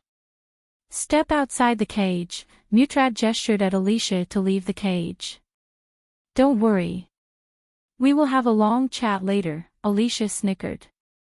"I hope so," Michael answered her calmly. He didn't give her the satisfaction of showing his anger. "So what's the plan here, Mutrad?" Michael asked Mutrad. "I think you mistook your position here, Ghost, if that's your real name. Only I ask the questions here, and you do the answering. What if I don't? Are you going to kill me?" "Believe me, you can't," said Michael. "Who said anything about killing?" Michael saw a strange smile on Mutrad's face. If they didn't want to kill him, what were they after? Michael asked himself. It seemed like the only way for him to find out was to go along with Mutrad. Suddenly, something rattled the cage. Mutrad lost his balance for a while. Michael noticed the cage ascending to the sky. Outside the cage, Norvin was pushing the cage upward all by himself. "This is not going to end well for you, Mutrad," said Michael. Despite the fear in Mutrad's heart, he remained calm. Thanks to the Sky Hall for giving them this special cage, Mutrad didn't need to worry about the Dark Lord escaping. As long as the Dark Lord stayed within the cage, he couldn't use any of his powers. According to the Sky Hall ambassador, this cage was specially made for the Dark Lord. Mutrad just hoped it would contain him as long as they wanted. "I will escape," as though Michael had read his mind, he said to Mutrad. Michael's words completely caught Mutrad off guard. Eventually, the cage stopped moving. Mutrad left the cage, leaving Michael behind. Inside the cage, Michael tried to establish contact with Gaia but failed. "How long are you planning to stay offline, system?" 3 weeks, Michael's eyes widened. He heard the system's voice for the first time since 11 months ago. It immediately put a smile on Michael's face. 3 more weeks. Then we'll be back, Michael mumbled under his breath. Chapter 770, Mutrad's fear. 2 weeks had passed since Michael's capture. His cage was teleported inside a floating palace above the volcanic mountain. The ground beneath the cage was wide open. If someone wanted, they could drop the cage right into the volcano with a single push of the button. Inside the cage, Michael was doing one-arm push-ups to keep himself healthy. A burly man accompanied by Mutrad broke Michael's right arm. He twisted Michael's armor into 360 degrees. Over the past 2 weeks, they had been asking Michael about a portal to the higher realms. Michael had zero clues about any higher realms. After Michael finished his 300th push-up, he noticed Alicia and Mutrad through the glass. Michael stood up. Michael looked rugged with a long thick beard and long hair. His right arm just swayed along his body lifelessly. Before they entered the cage, the golden chains materialized inside the cage and coiled around Michael's wrist. An invisible force pushed Michael down to his knees. Seeing Michael in this state lightened Alicia's mood. Mutrad flicked his wrist as a chair appeared before Michael. Mutrad sat down and leaned forward toward Michael. "Did you change your mind?" asked Mutrad. "You are going to be here for a long, long time. So do yourself a favor and tell us what we want. In return, I will make sure your life gets easier in here," said Mutrad. "You don't have to worry about me, Mutrad." "If I were you, I'd worry about everyone here," Michael calmly answered Mutrad. "Come on, ghost. Open your eyes and look around. You cannot escape this cage." Mutrad rolled his eyes. "Let me get the answers from him," Alicia growled. Michael chuckled. "It's cute," Mutrad frowned. "What is?" "The two of you," Michael gawked between them. "One tries to play the good one, and the other is trying to be the bad one. This is the problem with this whole thing. You can break a stone with a chisel but not a mountain, but we can break your other arm," Alicia coldly said. "And I'd bet you would. Engrave these moments in your mind deeply. Because soon, you're going to regret everything," said Michael. He did not hide his killing intent. Mutrad became silent, hoping this cage would hold him forever. Because if he escaped the cage, there was no doubt he would slaughter everyone in the castle. He could only imagine what he would do to everyone who guards the castle. Alicia punched Michael in the face. Blood and spit sprayed out from Michael's mouth. Michael spat out the remaining blood in his mouth. He cracked his neck, but did not show any signs of anger on his face. "Tell us about the portal, ghost. We know you can open the portal." "You are a god, aren't you?" asked Mutrad. "Tell me why exactly." "I would tell you anything," Michael snickered. "You know I believe him. He can't open the portal. In fact, I don't even think he knows where it is. I mean, look at him. You told me he is a god. But he doesn't look like a god to me." Alicia coldly laughed at Michael. She wanted to make him mad. Ever since he was captured, Alicia wanted to mess with his mind. She tried to assault him physically, ridicule him and even threaten the people in Rivertown. However, nothing brought out the anger inside Michael. Instead, Michael remained as calm as ever. Only he knew what he was planning to do to Alicia. "If you don't know about the portal, what do you know about the higher realms?" Mutrad asked Michael. Unlike Alicia, Mutrad restrained himself from crossing any limit with the Dark Lord. "Nothing," Michael shrugged. "If you want to know more about the higher realms, you should ask Noah Winston." As soon as Michael uttered his name, Alicia punched Michael yet again. This time, several times harder than before. "Do not speak his name," Alicia growled. "He is a god, isn't he? Plus, he has a wise old grandpa with him." Michael saw a strange uneasiness in Mutrad's eyes. "He doesn't know about all this, does he?" Michael grinned. "I am not surprised. I know he is easy to manipulate, but he is not stupid enough to do this." Michael turned his gaze to Alicia. "When I kill everyone here, all that blood will be on your hands. I promise you, Noah wouldn't take your side." Alicia punched Michael again, but Michael did not stop talking. "Why do you think Noah fell in love with every beauty he meets on his path? Because you are not good enough for him. If you love two people at the same time, choose the second. Because if you really loved the first one, you wouldn't have fallen for the second. The temperature around them dropped by several degrees. Alicia's eyes glimmered with rage. She grabbed Michael's hair and raised her fist in the air. Alicia, restrain yourself, Mutrad warned Alicia. But he couldn't stop her from repeatedly punching Michael. He became an outlet for Alicia's rage. Michael laughed as she kept punching. 5 more days, Mutrad heard these words escape Michael's mouth. Alicia, stop. Mutrad grabbed Alicia's hand, stopping her. What did you say? Asked Mutrad. Michael breathed heavily. He could barely keep his eyes open. Blood oozed out from his mouth. But the grin remained still on his face. Mutrad lifted Michael's head up. 5 more days, Michael mumbled. What 5 more days? Enjoy this while it lasts, Michael slowly said. I am going to slaughter every single one here. It's gonna be a real bloodbath. Mutrad looked into Michael's eyes and saw no signs of lying. He was pretty serious. Mutrad panicked. The Dark Lord seemed so sure about escaping. His track record proved the Dark Lord has several trump cards up his sleeves. He is bluffing in pain, Alicia growled. Am I? Asked Michael. And I have something special planned for you, Alicia.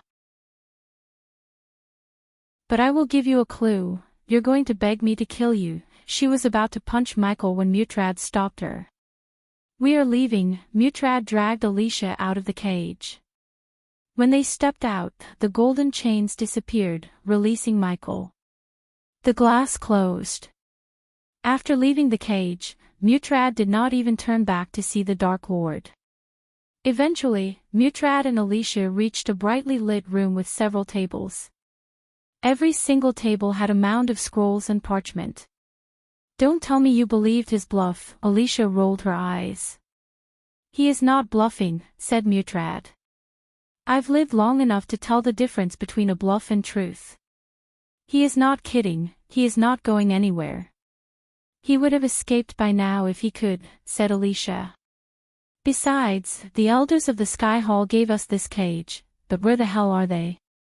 If the Dark Lord poses such a threat to the world, why aren't they here? Mutrad questioned Alicia. Ever since Mutrad met the representatives of the Sky Hall, he had been asking this question himself. They described what the Dark Lord would do in great detail. Simply put, he would end the world they knew and put the world into eternal darkness. At first, Mutrad believed them. But with time, they seemed to have less interest in the Dark Lord. Mutrad's gut instinct told him that Sky Hall had more problems than the Dark Lord. His instincts proved to be right when the Sky Hall elders ordered Mutrad to interrogate the Dark Lord about a portal to ascend to higher realms. Instead of finding a way to kill the Dark Lord and end the threat, they were focused on getting information about this strange portal to higher realms. They had been asking the Dark Lord about this portal for 2 weeks. They tried to ask him nicely, tortured him, waterboarded him, and even broke his arm. Yet, they got nothing from the Dark Lord. Unlike Alicia, Mutrad believed the Dark Lord when he said he knew nothing about a portal or how to open one. And why didn't they want Noah to know about everything? If Noah knew about this, then his sister Rowena would too. Why don't the Sky Hall want their holy maiden to know about the Dark Lord's capture? There is something really shady going on between the Dark Lord and the Sky Hall. We shouldn't get involved in this, Alicia sensed a tinge of fear in Mutrad's voice. Are you hearing yourself right now, Mutrad? You came from your homeworld to capture the Dark Lord. My people are more important to me than the Dark Lord, Alicia. We both saw what happened to Ithilin. I don't want my homeworld to become the next Ithilin, then nothing is stopping you from leaving this place. I can handle myself, Mutrad failed to find words. He remained silent for a while. We need to bolster the defense. If he isn't bluffing, we need to be on our guard, said Mutrad. Very well. I'll request Sky Hall to send us some backup. While I am gone, please get your shit together, Mutrad, Alicia said before leaving the room. Mutrad collapsed down on the couch behind him. He took a few deep breaths. What did I get myself into? Mutrad regretted his decision to come to the land from his homeworld. Deep down, Mutrad even thought about cutting a secret deal with the Dark Lord. In the game of kings, only pawns will be sacrificed, Mutrad recalled the Dark Lord's words. I have a bad feeling about this, Mutrad said to himself. He didn't even after receiving backup from the Sky Hall, he would be able to relax. There was a reason why Noah didn't want to make a move against the Dark Lord. Although Mutrad knew only little about Noah, one thing was sure, Noah was searching for something. By chance, this thing went south, Mutrad didn't think Noah would take lightly to Alicia's actions. As far as Mutrad could tell, Noah wasn't the same person he had met a year ago. What's gonna happen in 5 days? Mutrad asked himself. He took a scroll and decided to write a letter to his elders regarding the Dark Lord's words. He hoped this letter would change the elders' mind.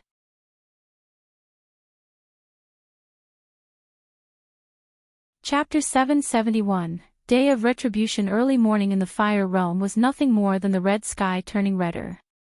The dark smoke from the volcano covered the air as far as one could see from the floating castle. There were no early singing birds, golden sun rays on the horizon, or fresh air smell. At that moment, Dante was washing his face in front of a mirror. He looked up to see a face with hazel eyes and red hair staring back at him. Dante grinned at his own reflection. He was proud of how dashing he looked in the silver armor. One more day, Dante, one more day, he slowly spoke to himself. Dante was assigned to guard the Dark Lord's cage by Mutrad. It had been 3 weeks since they captured the Dark Lord. Until now, the Dark Lord had done nothing but got tortured by various strangers. Dante got a chance to watch the interrogation, which wasn't pretty. Dante and his team were ordered to guard the castle with complete caution 2 days ago. 50 years had passed since the Arctic Hall assigned him and his team a task. They were one of the elite squads of the Arctic Hall. In Dante's 500 years of life, this was the 3rd time that he was ordered to bring his entire team on a mission. When they were summoned, Dante expected some action. However, he and his team experienced nothing but utter boredom. They stood outside the Dark Lord's cage and watched him getting tortured and beaten. Dante heard so much about this so-called Dark Lord in the mission briefing, yet he seemed weak. The Sky Hall managed to capture him with a single cage. Time to return to my post, Dante sighed. He combed his hair back before leaving the room. He headed for the Dark Lord's cage as usual. On his way, he met several soldiers wearing sky blue armor. Apparently, the Sky Hall sent these soldiers as additional backup to guard the Dark Lord. Eventually, Dante reached a huge metal door flanked by 2 half-immortal guards. They were his men. One of them was a red-haired woman. Hey boss, the red-haired woman greeted Dante with a grin. Anything interesting happened? Asked Dante. If you call Isaac here yawning and bitching about his life action, I have seen plenty of it, the red-haired woman rolled her eyes. I didn't bitch about my life, you bitch, the golden-haired soldier beside the woman snarled. Don't mind, Mila. She is just messing with you, Dante chuckled. Open the door. Need to see our prisoner, Mila and Isaac pushed open the door as the runes began to radiate faint light in the door. Opening the door exhausted their strength. It took 2 half-immortals to open the door. After the door opened, Dante saw the Dark Lord's cage. Isaac and Mila gawked at the Dark Lord. 6 other half-immortals stood around the cage. When Dante entered the hall, all of them bowed toward him. Dante nodded as he walked toward the cage. Since this was early morning, he had a chance to see the Dark Lord up closer. Once the interrogators entered the hall, they would send him and his team out of the hall. The Dark Lord seemed calm and collected, leaning against the glass with no worries in the world. Are you going to try something? Dante asked the Dark Lord. Have some patience, my friend, the Dark Lord answered. I am going in. Seeing Dante talking to the Dark Lord, Mila couldn't stay still. She wanted to have some words with the Dark Lord too. Hey, wait, Isaac tried to stop her, but she was already on her way toward the cage. Sorry, boss. I couldn't stay there, said Mila. It's cool. I don't think something will happen. Am I wrong? Dante asked the Dark Lord. Maybe. Maybe not. Come on, dude. Do something. You have so much hype around you, said Mila in a playful tone. You guys have families? Asked the Dark Lord. Why? You want to threaten us using them. That's cliché, don't you think? Dante replied to the Dark Lord. Nah, the Dark Lord slowly shook his head. I just want to give you some time to talk with your loved ones. After all, when I come outside, you will all die. The Dark Lord spoke with a gentle smile as though he was having a normal conversation with them. Dying will be better than standing out there listening to Isaac bitch about how his woman cheated on him with another man. Mila rolled her eyes. The Dark Lord chuckled. You guys seem cool. I might feel bad after killing you, said the Dark Lord. So, is this what you do? Daydreaming all day. This bad boy will hold you here forever. It sucks to be you, Dante said. You guys shouldn't believe everything the Skyhall says. Ask yourselves, if I am their number one priority, why aren't they here? Mila and Dante remained silent for a while as the Dark Lord continued. They didn't send their strongest because they didn't want them dead.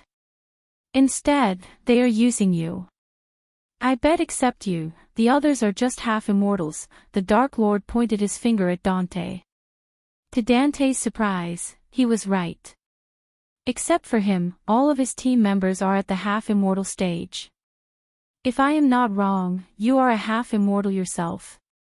You might be strong, but no way you can walk past all of us, said Mila.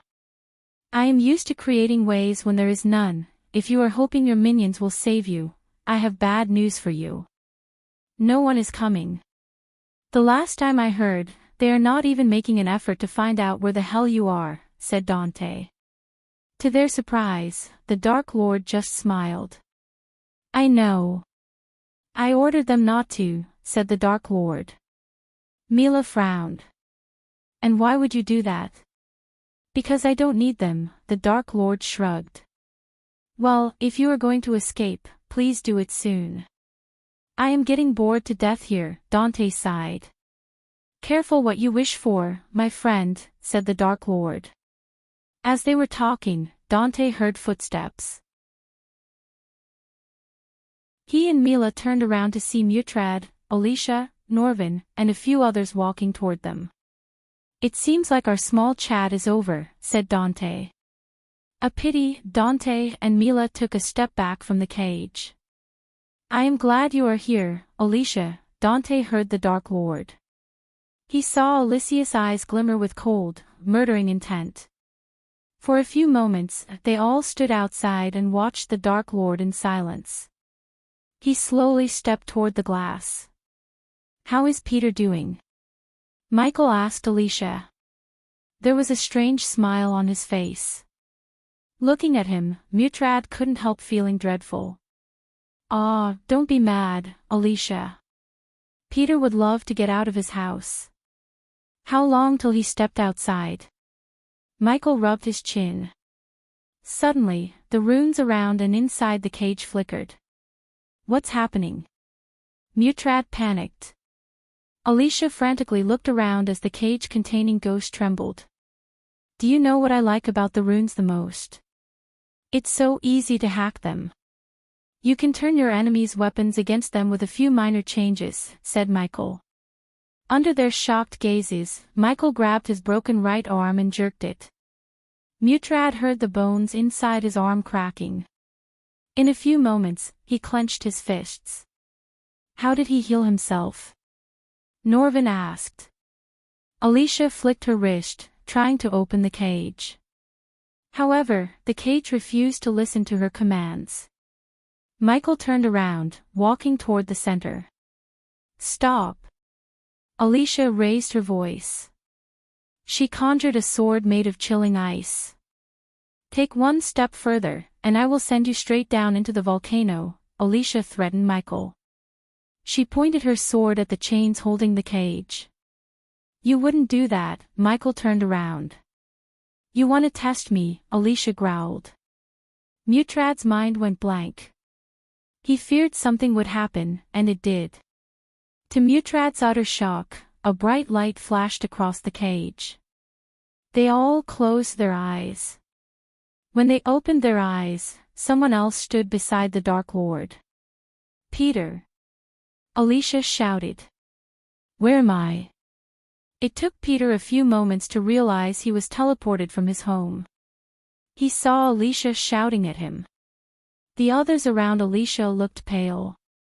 Hello, Peter. Peter felt a chill when he heard the voice. He recognized the voice almost immediately. How could he now? He was reliving what had happened 2 years ago at the tournament in his mind ever since. He slowly turned his head to see a man with a bushy beard and long hair staring at him. The face seemed unfamiliar to Peter, but those eyes betrayed the person behind all the changes. Ghost, Peter clenched his fist. Seeing Ghost up close, Peter's whole body trembled. The veins in his eye popped, turning his eyes blood red. His life was turned upside down by him. Not only Ghost revealed his identity to the world, but he was humiliated. Ghost literally wiped the floor with him. Those images were eternally etched into his brain. Every time Peter closed his eyes, he saw how Ghost humiliated him in front of thousands of people. Not a single night passed without Peter thinking about ending his life altogether. Only the flame of vengeance kept Peter from doing so. Arg! Peter roared as he threw his fist at Ghost. Before the punch landed on Ghost's face, he simply caught Peter's fist. No, no, no, no, Alicia muttered as she focused all her energy on opening the glass. Yet, the glass didn't even move an inch. The runes responsible for opening the cage lost their glimmer. Michael grabbed Peter by his throat and lifted him off the ground. Peter squirmed in his hand as Michael turned his gaze toward Alicia. Peter's face slowly turned pale. He gasped for air. Mutrad, we need your orders, Dante asked Mutrad. We need the cage open now, Norvin shouted. The muscles in Norvin's body bulged as he dashed at the cage to break the glass. I wouldn't do that if I were you. When Norvin was about to punch the glass, Michael stopped him. P1E's visit N0VE1B, in. T, punch the glass hard enough, and the cage will fall straight down. Peter won't like that, will he? Let him go, Alicia growled. What did I say? Every time we do this dance, it always ends in bloodshed.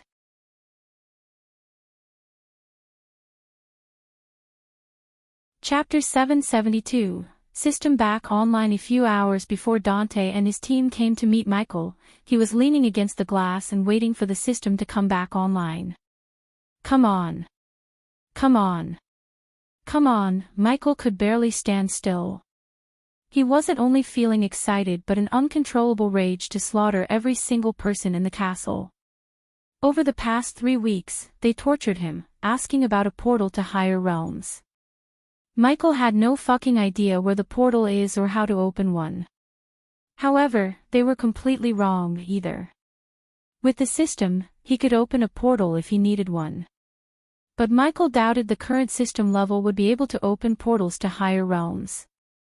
After spending 2 years with the system, Michael had a pretty good idea about the system's capabilities. If it wasn't for the APD slowly healing his body, he would have been in a much worse state. He couldn't wait to see the look on Alicia's face when he paid her back for everything she did. He locked his gaze on the countdown timer in the corner of his sight. In 10 minutes, the system would be back online. With the system reaching level 8, he could finally buy ores and materials to forge new weapons and armor. He needed a pair of swords suitable for the Dark Lord. The 6 guards around the cage had no idea Michael was preparing to break out of the cage. Second by second, the countdown timer moved toward the 10-minute mark. Fortunately, Michael didn't keep anything important in his space ring. But still, Michael hated losing a couple of healing potions, a couple of millions of gold coins, and some spell scrolls. Can't it go any faster? Michael asked himself, looking at the timer. 10 minutes felt like an eternity to him. It had been a year since he interacted with the system. Situations like this made him miss the system the most. Granted, Michael still had some plans in his mind to escape the cage even without the system. But having the system made everything so much easier and more interesting. The system will come online in 5 minutes, Michael smiled when he heard the system. He walked left and right in the cage. Soon, seconds turned minutes, and eventually, Michael heard a loud ringing in his head. His whole body felt an electric bolt running down his spine. He experienced acute pain in every fiber in his body. It felt like his very soul was screaming in pain. But soon, the pain and discomfort turned into a soul-soothing feeling. The system upgrade is completed, current system level 8, 0. The host can now have up to 50 subordinates. The host has received a legendary token to get free 5-star level specialization as a gift for upgrading the system. Finally, Michael almost shouted in excitement. He immediately accessed the system to take a look at his status window. Host, Michael Cultivation level, half Immortal level 10 experience points, 0/5,000,000. 26 million experience points remaining to be consumed, badass points, 2,000,000 skills and spells, Wind Blast, LVL 6 Ultimate Form Level 1 Eyes of Doom, LVL 5 Ultimate Form Level 1 Responsive Shield, LVL 8 Environment Scanning, LVL 8 Ignitia, LVL 8 Ultimate Form Level 1 Silenes, LVL 1 Lightning Dash, LVL 6 Ultimate Form Level 1 Energy Devour, LVL 5 Soul Eater, LVL 5 Death Range, LVL 3 Eyes of Darkness, Normal.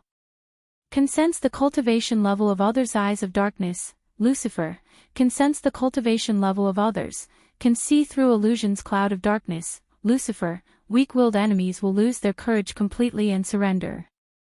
Death Range will be 50% more powerful, and if activated in darkness, the host's cultivation level will be boosted 4 levels up regardless of the stage barrier. Wordless Spell Caster, Lucifer, in full Lucifer form, the host just has to think of the spell to cast it. Techniques, Swords of Destiny, 98% Mastery Ring of Fire, 96% Mastery Serpent Maga, 98% Mastery Occupation, Core Disciple of Sunrise Sect, the Guardian of Sunrise Sect, Lord Lucifer of the Abyssal, the Dark Lord, King of Bradford status, Injured Goals, Control the World, Grow the Order of Death, Utility Function, Banker, LVL 5, Ratio, 1000 gold coins, 40 badass points, Runic Teleportation, X-Ray Vision, also integrated with Eyes of Darkness, Wealth, 45 million gold. Special trait, 5-star Alchemist 5-star. Inventor Subordinates, Gaia, Warrior, Loyalty level 100%, Raylene, 5-star Chef, Loyalty level 99%, Arya, Assassin, Loyalty level 86%, Dead Heinberg, Warrior, Loyalty level 45%, Maxine, Warrior, Loyalty level 98%, Tiberius, Warrior, Loyalty level 85%, Sadie, Loyalty level 70%, Ricky, Loyalty level 94%, Daniel, Loyalty level 98%, Titus, Loyalty level 80%, Optimus, Loyalty level 80%, The Big Bertha Crew, Pirates, Loyalty level 93%, Base of Operation, The Abyssal, The Crypt, The Dark Ocean Familiars, Nightmare. Royal Dragon, Vidora, Three-Headed Hydra, Elemental Manipulation, Wind, 30% Mastery, Fire, 30% Mastery, Lightning, 40% Mastery, Darkness, 40% Mastery, the first thing he noticed in the status was the humongous amount of experience points left unconsumed.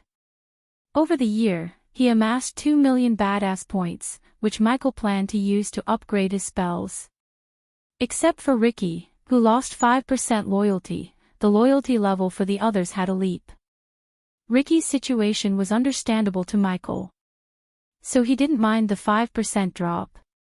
The next change was the increase in his elemental manipulation. To be honest, Wuxia felt frustrated with the numbers. It seemed like no matter how much he used them, the rate didn't go as high as Michael would like to. Looks like the host is in deep trouble, Michael heard the system's voice. Welcome back, Michael greeted the system with a friendly tone. It is good to be back, so, are you going to go offline for a long time whenever I upgrade you from now on? Michael asked the system. Of course not. Version 8 brings more functionalities and capabilities. Hence, the long upgrade time. Glad to hear that. The system went offline for 1 year, and you got yourself captured. To Michael's surprise, the system sounded like Pink, his sidekick back on Earth. Why do you sound like Pink? The system accessed your subconscious mind and picked the voice you desire the most, said the system. It wasn't wrong. He did miss the sound of Pink in his head. The two of them were the deadliest pair on Earth. Speaking of Pink, Michael wondered how she was doing on Earth. Judging by her skill set and the payment she received for each job, she could live a lavish and peaceful life somewhere safe. For now, Michael had to worry about himself more than about others. He wanted to check the system store, but before that, he wanted to contact Gaia. He accessed the system and took out an earpiece. He put it in his ear without the guards seeing. The system requires 500,000 badass points to break the runes that keep you weak. Do it, but don't make it obvious. Also, I want you to make some changes to the runes. Consider it done. The system consumed 500,000 badass points in a blink of an eye. Finally, Michael felt his power growing stronger. However, Michael did not feel relieved or happy as he should be. Instead, he was concerned. If a single cage could make him weak and vulnerable, that was a weakness he should address ASAP. Therefore, Michael decided to take the cage with him to the Dark Ocean so Eladir could study the cage and find a solution. Maybe he could even use this against Noah one day. Michael created a windshield around him to prevent the guards from hearing him talk. Gaia, Michael contacted Gaia. Immediately, Michael heard Gaia's concerned voice. Where the fuck are you?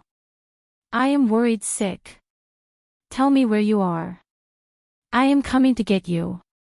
Are you in trouble? First, relax, said Michael. I'll explain when I get back. But now, I need you to do something for me. I am pretty sure you'd like it. What is it? I want you to Peter's home, kill any guardian there and use the teleportation scroll I just put in your space ring, so that bitch has something to do with your disappearance. Asked Gaia. He could feel the killing intent in Gaia's voice. Yeah, and this is payback. You want him alive or dead? Asked Gaia. Alive, said Michael. After Gaia left for Peter's home in Ice Fair, Michael willed the system to use the token for free specialization. The host can now choose one specialization among blacksmithing, rune mastery, engineering, and healing. There was no competition between the choices at all for Michael. He immediately chose blacksmithing. Make me a blacksmith, Wuxia said.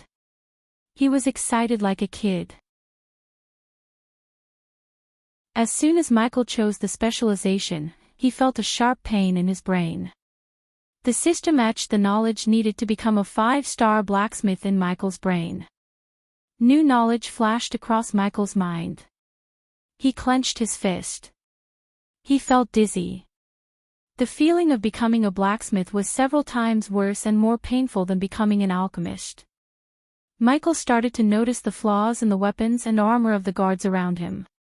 The pain lasted for almost 5 minutes. Even his vision blurred. Eventually, his vision slowly cleared. Michael took a few deep breaths. After almost 2 years, Michael finally became a 5-star blacksmith. "Congratulations to the host on becoming a 5-star blacksmith," said the system. "The host will need a special forge, tools, and materials to start forging weapons and armor.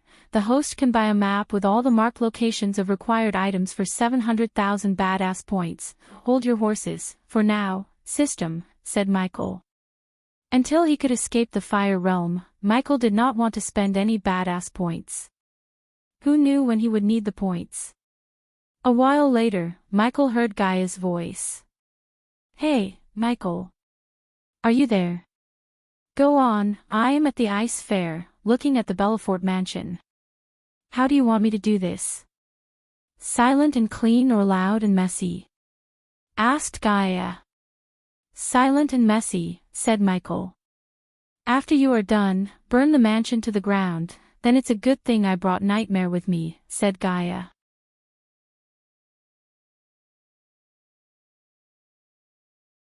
Chapter 773, End of Peter Belfort. Alicia banged the glass between her and Ghost. She poured energy into the rune on her hand to open the cage. However, the glass didn't even budge. Inside the cage, Peter squirmed in Michael's hand.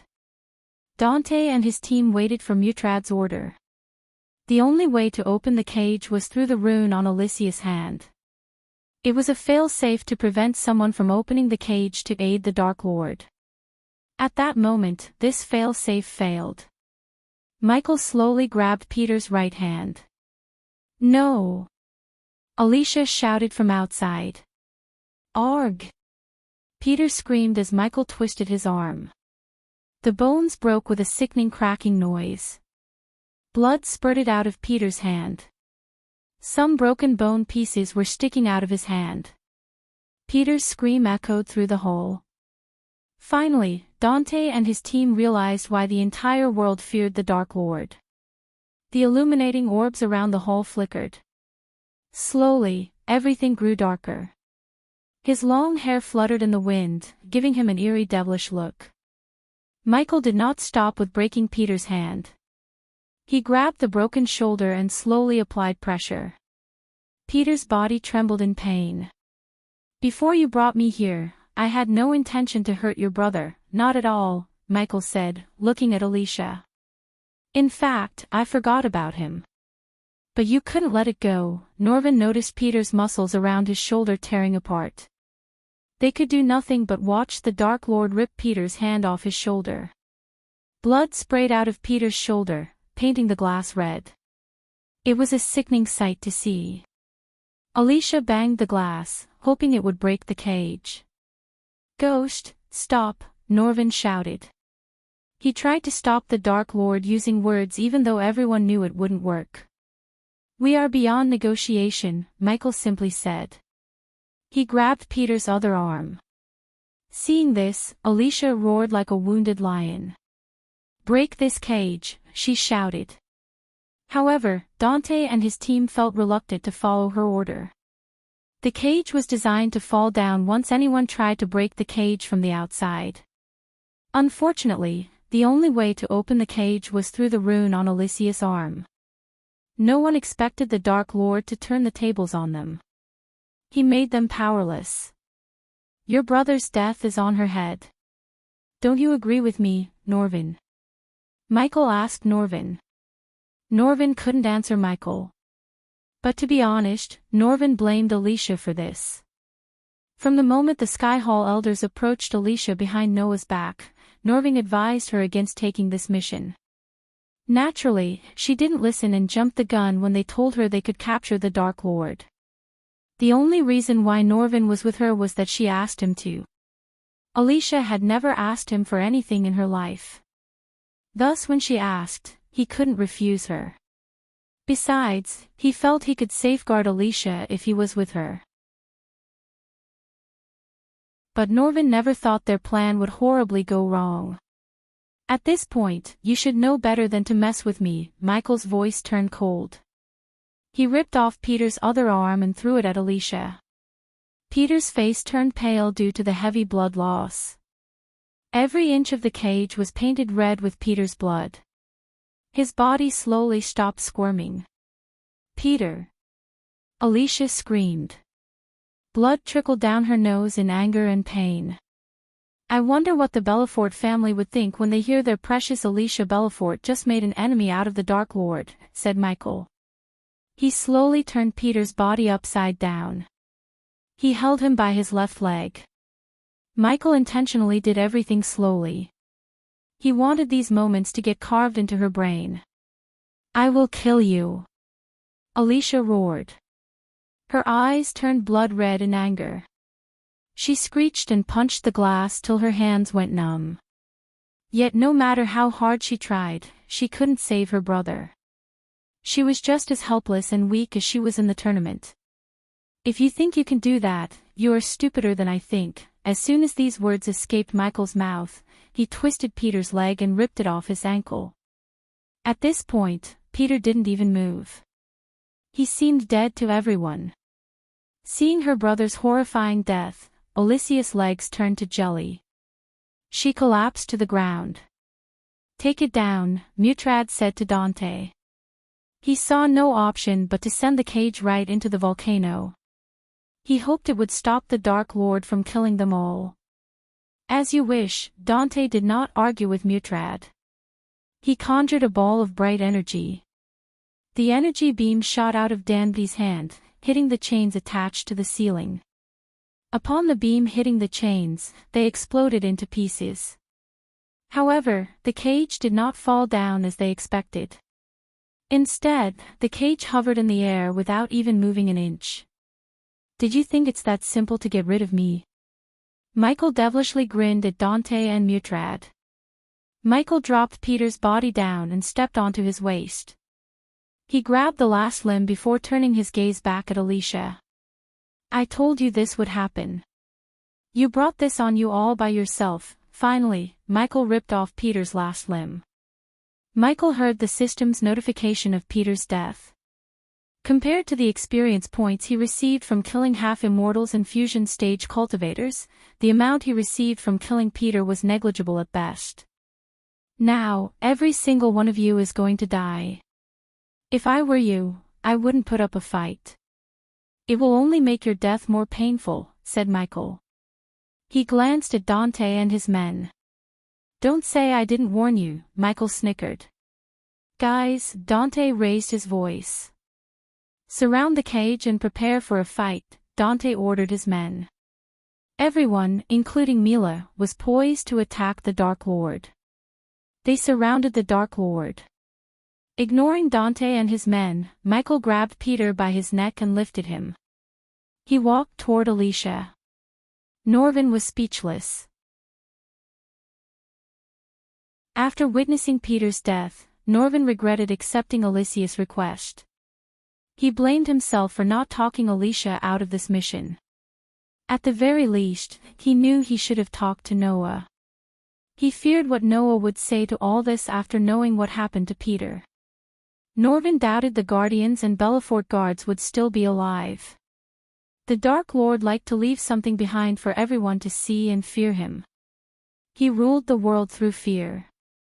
"Hey," Michael called Alicia. She couldn't look at the cage covered in her brother's blood.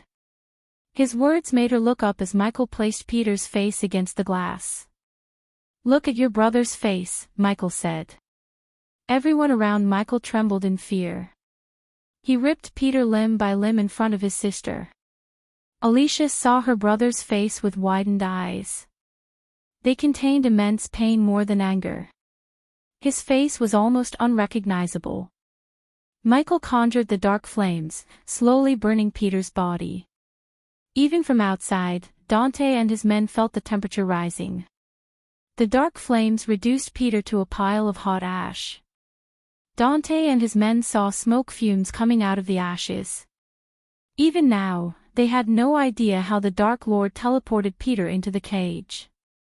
An eerie silence enveloped the hall. Michael squatted down to see Alicia in her eyes. He waited for Alicia to look up. He wanted to see the pain and grief in her eyes. Usually, Michael preferred not to torture his enemies, but Alicia was different. She showed him no mercy. She took pleasure in torturing him. So why shouldn't he give a taste of her own medicine? Whatever you give me, I will give it back 100 folds. Do you think Noah can save your ass every time, don't you? Well, think again, this is between you and us. Don't bring her family into this, Norvin snarled. They felt a chill when Michael burst into cold laughter. You should have thought that before you decided to bring me here. As long as she is a Belafort, they will suffer untimely deaths, Michael threatened Alicia and Norvin. They waited for him to come out of the cage. Because there was no way for them to get inside. Suddenly, Michael's eyes turned pitch black. A black beam shot out of his each eye. The glass cracked. The number of cracks in the glass gradually increased. They knew it was only a matter of time before the glass shattered completely. Get out of here, Dante stepped in front of Mutrad. He directed his words at Norvin, Alicia, and Mutrad. No, Alicia shook her head. She rose up from the ground. This ends here and now, Alicia's eyes glimmered with absolute resolve. She wanted to end the enmity between her and Ghost then and there. Because of her, Peter lost his life. The Dark Lord didn't even spare his body. She wouldn't be able to forgive herself if she couldn't avenge him or die trying. Don't be stupid. Get her out of here, Dante growled. She was just a soul-refining stage warrior. The Dark Lord could kill her without batting an eye. Fighting him at her current level was nothing but suicide. After seeing what he did to Peter, Dante could only imagine what he would do to Alicia. As the strongest among them, it was Dante's duty to protect the weak. As much as Michael liked to kill Alicia, he chose not to. Not because he wanted to spare her but because he wanted her to suffer more. Killing her would be a mercy to her. Besides, as long as she was with Noah, she would bring new types of problems to him every day. While Noah was busy cleaning up Alicia's mess, Michael could focus on growing stronger. In other words, keeping Alicia alive was more beneficial to him in the long run than killing her.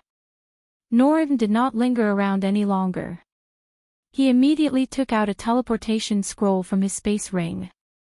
He grabbed Alicia's shoulder and tore the scroll to activate the scroll. Soon, a bright light enveloped Alicia and Norvin. Let me go. Alicia's voice echoed through the hall after she disappeared with Norvin. Dante and his men prepared themselves for a fight. Every light orb around them started to flicker more and more.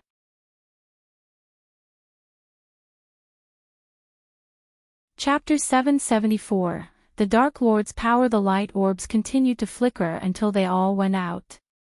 Darkness enveloped the hall. Dante and his team heard the glass shatter. Dante flicked his wrist as a golden layer of light enveloped him. Everyone in the team cast a defense spell to protect themselves from the Dark Lord. Mila quickly conjured a ball of silver light. As they expected, the Dark Lord wasn't in the cage. They looked around. Suddenly, the door behind them shot closed with a loud thud. The team turned around as they saw the door was shut closed by someone. Mutrad felt a breeze of wind blowing past them. His body trembled in fear. Unlike Dante and his team, he witnessed what had transpired in Ithilien. As they searched for the Dark Lord, an invisible force snuffed out Mila's orb of light. The place fell to darkness once again. At that moment, the only light source was the shields around their bodies. But they weren't bright enough to see what was happening around them. The eerie silence swept across the hall. A peal of shout broke the silence. Arg! Dante and his team turned their heads in the voice's direction. They saw one of his team members wobbling around. Dante noticed a red line across his neck. Slowly, blood seeped through the line. To their surprise, the man's head fell from his shoulders. Blood sprayed out of his neck as his body hit the ground with a sickening thud. In a blink of an eye, the Dark Lord decapitated a half-immortal. Mila and the others slowly felt the growing fear in their hearts. The one who died was just as strong as them. Yet, he stood no chance against the Dark Lord, even with a shield around him. The Dark Lord completely ignored the shield and killed him. After killing the first half-immortal, the team began to conjure orbs of light. They wanted to bring light to fight the Dark Lord. One by one, they conjured energy orbs, lighting the place. But a powerful blast of wind snuffed out the light orbs. The Dark Lord did not allow them to fight the darkness. The darkness around them felt strange to Dante. It was not the usual darkness of the night but a thick and eerie kind of darkness. Before they could conjure another orb of light, another one groaned. Dante sent a bright beam of energy in a blink of an eye. He sensed the Dark Lord's movements around him. The energy beam soared through the air, lighting the place. At that moment, they saw a figure grinning at them from the shadows. It was the Dark Lord, without a doubt. Beside him, another one of Dante's team members squirmed. He was on fire. Contrary to typical red fire, these flames were pitch black. Dante and everyone felt the temperature in the room rising.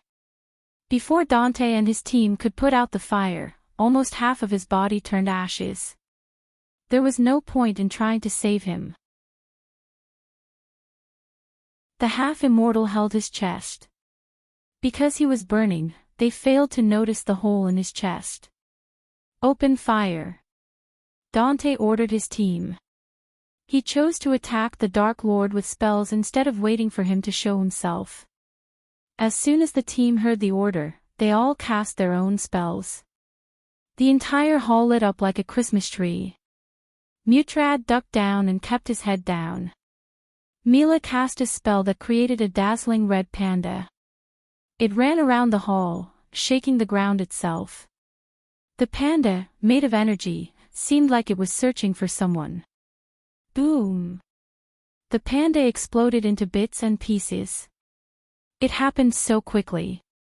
One moment the panda was running around, and the next, it shattered into countless specks of light. Mila immediately tried to cast another spell. However, a dark beam shot out from nowhere and hit her in the shoulder. Arg! Mila screamed. The dark beam sent her flying onto the walls behind her. The others did not stop. Dante clenched his fist, casting a spell. When he opened his fist, a shockwave of shadowy energy shot out from him. The shockwave was powerful enough to crush a fusion stage cultivator to a bloody pulp. He hoped the shockwave would knock down the Dark Lord. But nothing happened as Dante expected. A few seconds later, another wave shot out from the other side of the room. This wave was stronger and more powerful than Dante's shock wave. On top of it, it wasn't a shock wave but a wave of fire. Dante and his team immediately leaped into the air to avoid the dark flames. The flames pulsated from the Dark Lord. It scorched the marble floor, turning it black. Mutrad missed the flame wave by an inch. While they were in the air, the dark beams zigzagged through the air. The golden layer of light around Dante reflected the dark beams. Unfortunately, Mila's shield wasn't as strong as Dante's. The dark beams already hit her in the shoulder. She was bleeding. Her luck was bad enough to the point the dark beams hit the same spot in the shoulder. This time, the beams penetrated through her body. She fell from the air in pain. Dante dashed at Mila to catch her before she hit the ground. However, a black shield flew out of the darkness and hit him in the face. Dante momentarily lost his focus on Mila. The shield flew back in the same direction as it came. Mila! Dante screamed as he saw a bolt of golden lightning fly past her. Mila disappeared along with the lightning bolt. He could swear he saw the Dark Lord's blurry figure in the lightning bolt. Arg! Mila's screams echoed through the hall. But her scream was cut short. Hearing her scream, Dante's heart skipped a beat. He was with Mila for almost 500 years. The two of them joined the Arctic Hall together and have served them ever since. He forgot what it would feel like to live without Mila. Just imagining she might be dead made his body tremble. "Where are you?" Dante screamed. He could see in the dark as an immortal, but this strange darkness completely blinded him. Mila has yet to respond to him. Instead, Dante heard the Dark Lord's voice. "Didn't I warn you all?" asked Michael. His voice echoed through the hall. Dante conjured a ball of light. To his surprise, he saw Mila walking toward him. He heaved a sigh of relief in his heart. Unfortunately, his relief was short-lived. He saw the large holes in her chest. Her silver armor had blood stains. He was about to reach out for Mila when the dark beams shot straight through Mila's head. "Mila!" Dante screamed. He dashed at Mila. He caught her dead body and collapsed down. Michael utilized Dante's grief. Without wasting a second, he immediately cast the lightning dash. Michael raised his hand as thick bolts of lightning shot out of his hand rapidly. He bombarded the half-immortals with lightning bolts. The half-immortals tried to shield themselves from the bolts. Their shields cracked upon taking hit by the lightning bolts. One by one, the shields shattered. As soon as the shield around them disappeared, the lightning bolts penetrated their bodies. The half-immortals looked weak as ants in front of Michael. Michael may be a half-immortal in cultivation, but he was several times stronger than one. He was a god, after all. Dante's team stood no chance against Michael, who was using the death range to boost his power. Dante heard the sounds of blood splashing around him. He looked around to see several heads flying in the air vaguely. After Michael slowly the last half-immortal, the hall went completely dark. At that moment, Mutrad only heard the sobbing of Dante. Mutrad saw what the Dark Lord was capable of up close. He couldn't believe he actually signed up to capture this cold-blooded killer. Up to this moment, Mutrad always thought the Ithilien massacre was made possible by the void effect he created deep down. Now he realized how wrong he was.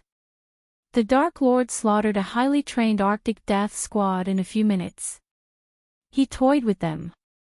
Mutrad sensed his death near him. He searched for Dante. Mustering his courage, Mutrad conjured a tiny orb of light to light his path. His heart skipped a beat when the orb of light appeared in his hand. It almost jumped out of his chest. He saw the Dark Lord squatting beside Dante. Dante felt a chill. The fear toxin Michael released and the effects of the death range petrified Dante. Despite the cultivation difference between the two, Dante couldn't even lift a finger against Michael. Michael put his hand on Dante's shoulder. The very next moment, the Dark Lord sent the crimson-red sword in his hand straight through Dante's heart. He stabbed Dante again and again without giving Dante any time to retaliate. In addition, he shot dark beams from his eyes at Dante. The dark beams slowly melted through Dante's head. Michael lifted Dante by his neck after Dante completely lost the will and strength to fight. Mutrad saw the Dark Lord slowly walking toward the cage. As he moved closer to the cage, a bright light enveloped the cage out of nowhere. In a blink of an eye, the cage disappeared from Mutrad's sight. After the cage disappeared, the floor had a huge hole. One could see bubbling lava inside the volcano from the edge. Michael held Dante over the hole by his neck. Michael felt the scorching heat in the air.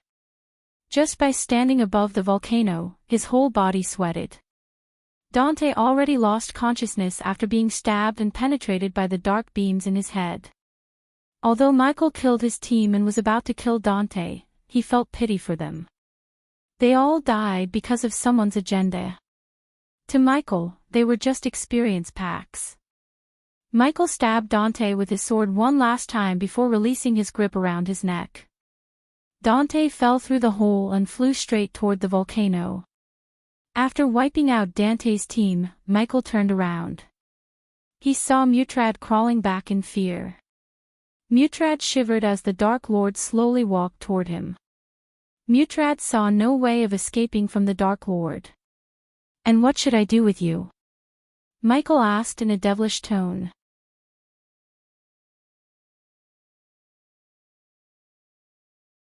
Chapter 775. Become my spy. Michael snapped his finger as the lights turned back on. Michael gestured at Mutrad to get back to his feet. The air inside the hall reeked of blood. Everywhere Mutrad turned, he saw blood and bodies. An oblivious man wouldn't believe that they were once half immortals. Despite their cultivation level, they stood no chance against Michael. Mutrad shivered, looking Michael in the eyes. "Is this what you want for your people?" Michael asked Mutrad. "Because you've been shadowing me for a while. I can come and greet your people, and this cat and mouse run." Mutrad's heart skipped a beat hearing his words. "Give me one reason why I should visit your homeland." Michael gently placed his hand on Mutrad's shoulder. "I know you might think you have people stronger than immortals guarding your homeland. But you also knew stronger guards never stopped me from doing what I wanted." Mutrad shivered. Dante was an immortal, yet he didn't even put up a fight against the Dark Lord, who was at the half-immortal stage. If stronger cultivators could kill him, he would have been dead by now. The Dark Lord always had a way of killing enemies who were stronger than him in cultivation. After witnessing what happened in Ithilien, Mutrad couldn't even imagine the Dark Lord stepping into his homeland. "Please don't," Mutrad stuttered. "Why? Don't you want to arrest me?" asked Michael with an amused smile. "I think I want to visit your elders. I haven't tested my spells and power underwater. This might be a great opportunity to do so," said Michael. "What do you want from me?" "I'd do anything to stop you." Mutrad managed to utter these words. "Is that so?" Michael rubbed his chin. "Answer me this, Mutrad. Are you more loyal to your people or the Guardians?" Mutrad did not understand the meaning of his question. Hence, he took some time to ponder. However, Michael was not a patient man. He squeezed Mutrad's shoulder, snapping him out of his daze. "To my people," Mutrad answered, getting his teeth. He felt like his shoulder bone was about to be crushed. Michael loosened his grip as Mutrad heaved a sigh. "Then you won't have a problem spying on the Guardians for me, will you?" Michael smiled. For a moment, Mutrad couldn't believe what he had just heard. The Dark Lord wanted him to be his spy. And that too inside the Guardian Guild. "But, I am not a Guardian," Mutrad said. "That didn't stop you from using and manipulating the Guardians until now," Michael said. He was nonchalant. Just like Mutrad did his research on Michael, he did the same on Mutrad. Last year, Michael assigned Azazel to learn more about the Sea Folks. One of the snippets of information Azazel had on Mutrad was how loyal Mutrad was toward the Arctic Hall and the Sea Folks. He would give his life for his people. In other words, Mutrad would do anything to protect his people. Michael always planned to use Mutrad one way or another. He was more valuable alive than dead. Moreover, Mutrad's close connection with the Guardian Guild allowed Michael to flip him against the Guardians. After all, Mutrad was loyal to his people, not to the Guardians. "Do I have any choice?" asked Mutrad. "Of course you have. You can either do what I ask you or watch the Black Day repeat all over again." Mutrad felt helpless. However, this was way better than having to witness his homeland burn as he watched Ithilien. If anything Mutrad learned over the past years, it was not to mess with the Dark Lord under any circumstances. After seeing the Dark Lord slaughter Dante and his team up close, Mutrad let go of his foolish pursuit to apprehend the Dark Lord.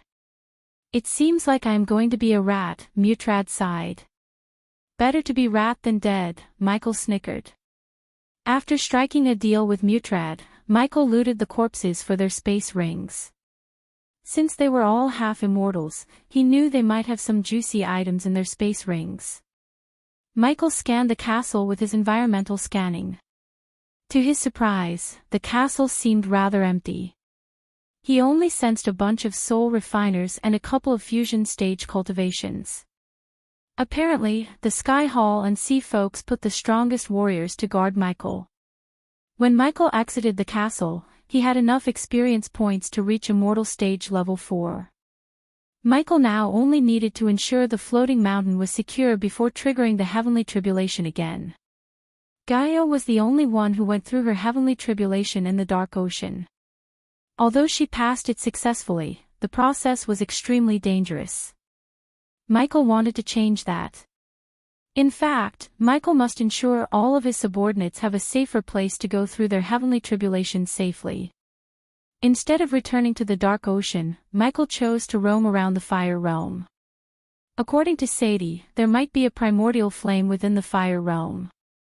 But to Michael's knowledge, there couldn't be another primordial flame in the Fire Realm. Because the Hell Flames were trapped within the Golden Plate, he took it from the Genric family.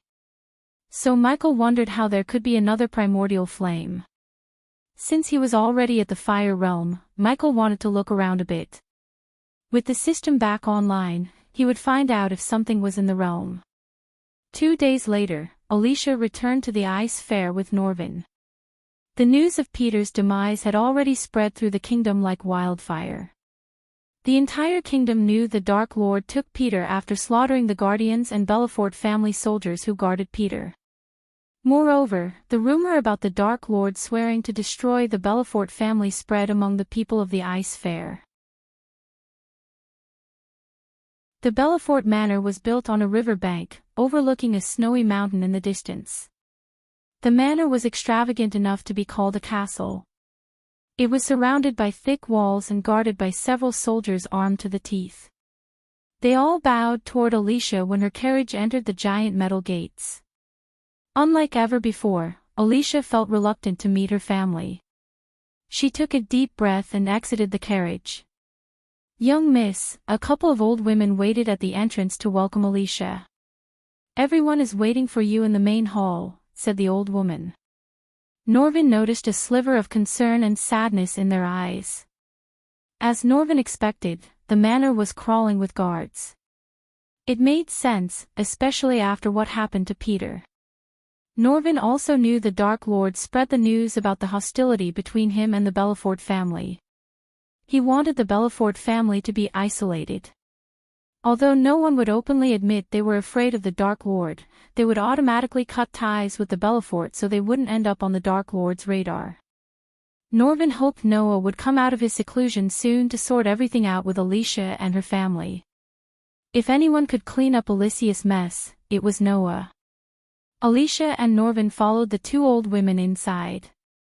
"Young miss," when they reached a marble door, the two old women gawked at Norvin. "He is coming with me," Alicia coldly said. She knew they were trying to tell her to leave Norvin outside since he wasn't a Belafort. However, as far as Alicia was concerned, Norvin was her family. Hence, she outright refused to leave Norvin behind. When Alicia opened the marble door, she was welcomed by a spacious grand hall. Slender braziers enclosing each of the 16 onyx columns lit up the lower levels of the throne hall, covering the hall in dancing shadows and a warm radiance. The marble stone of the layered ceiling danced in the flickering light while memorials looked down upon the stone floor of this luxurious hall. A gray-haired man wearing icy blue robes sat on a throne atop an elevated platform. The regal marble throne sat beneath a statue of an eagle and was adjoined by 5 rather plain-looking seats for the family members. The elders and important family members sat on several extravagant and comfortable iron benches, all of which faced the throne in a half-circle. Those of higher standing were seated on the embellished mezzanines facing the throne. The moment Alicia entered the hall, the noises fell flat. Silence occupied the hall completely. The man on the throne was none other than Alicia's father, Francis Belafort. He was a fit man with a stubble white beard.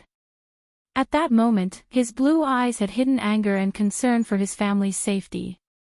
Even though he lost his son, he had no time to grieve when his family was in mortal danger. Francis may have soon-to-be son-in-law who was the supreme guardian, but he and the elders doubted Noah could protect them from the Dark Lord forever.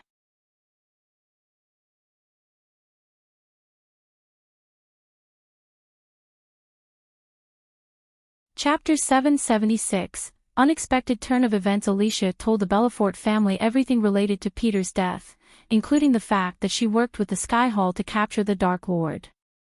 She didn't leave the part where she actually tortured the Dark Lord himself. The elders shivered in fear. Some outright dropped to their knees, praying to the gods to save the family. Many elders were furious at Alicia for endangering the family. For a few minutes, the elders murmured and gasped in shock. Silence. Francis raised his voice as the noise finally fell flat.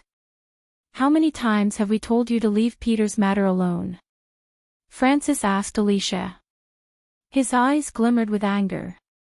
Because Alicia was a prodigy and his doting daughter, he always ignored her obvious anger issues.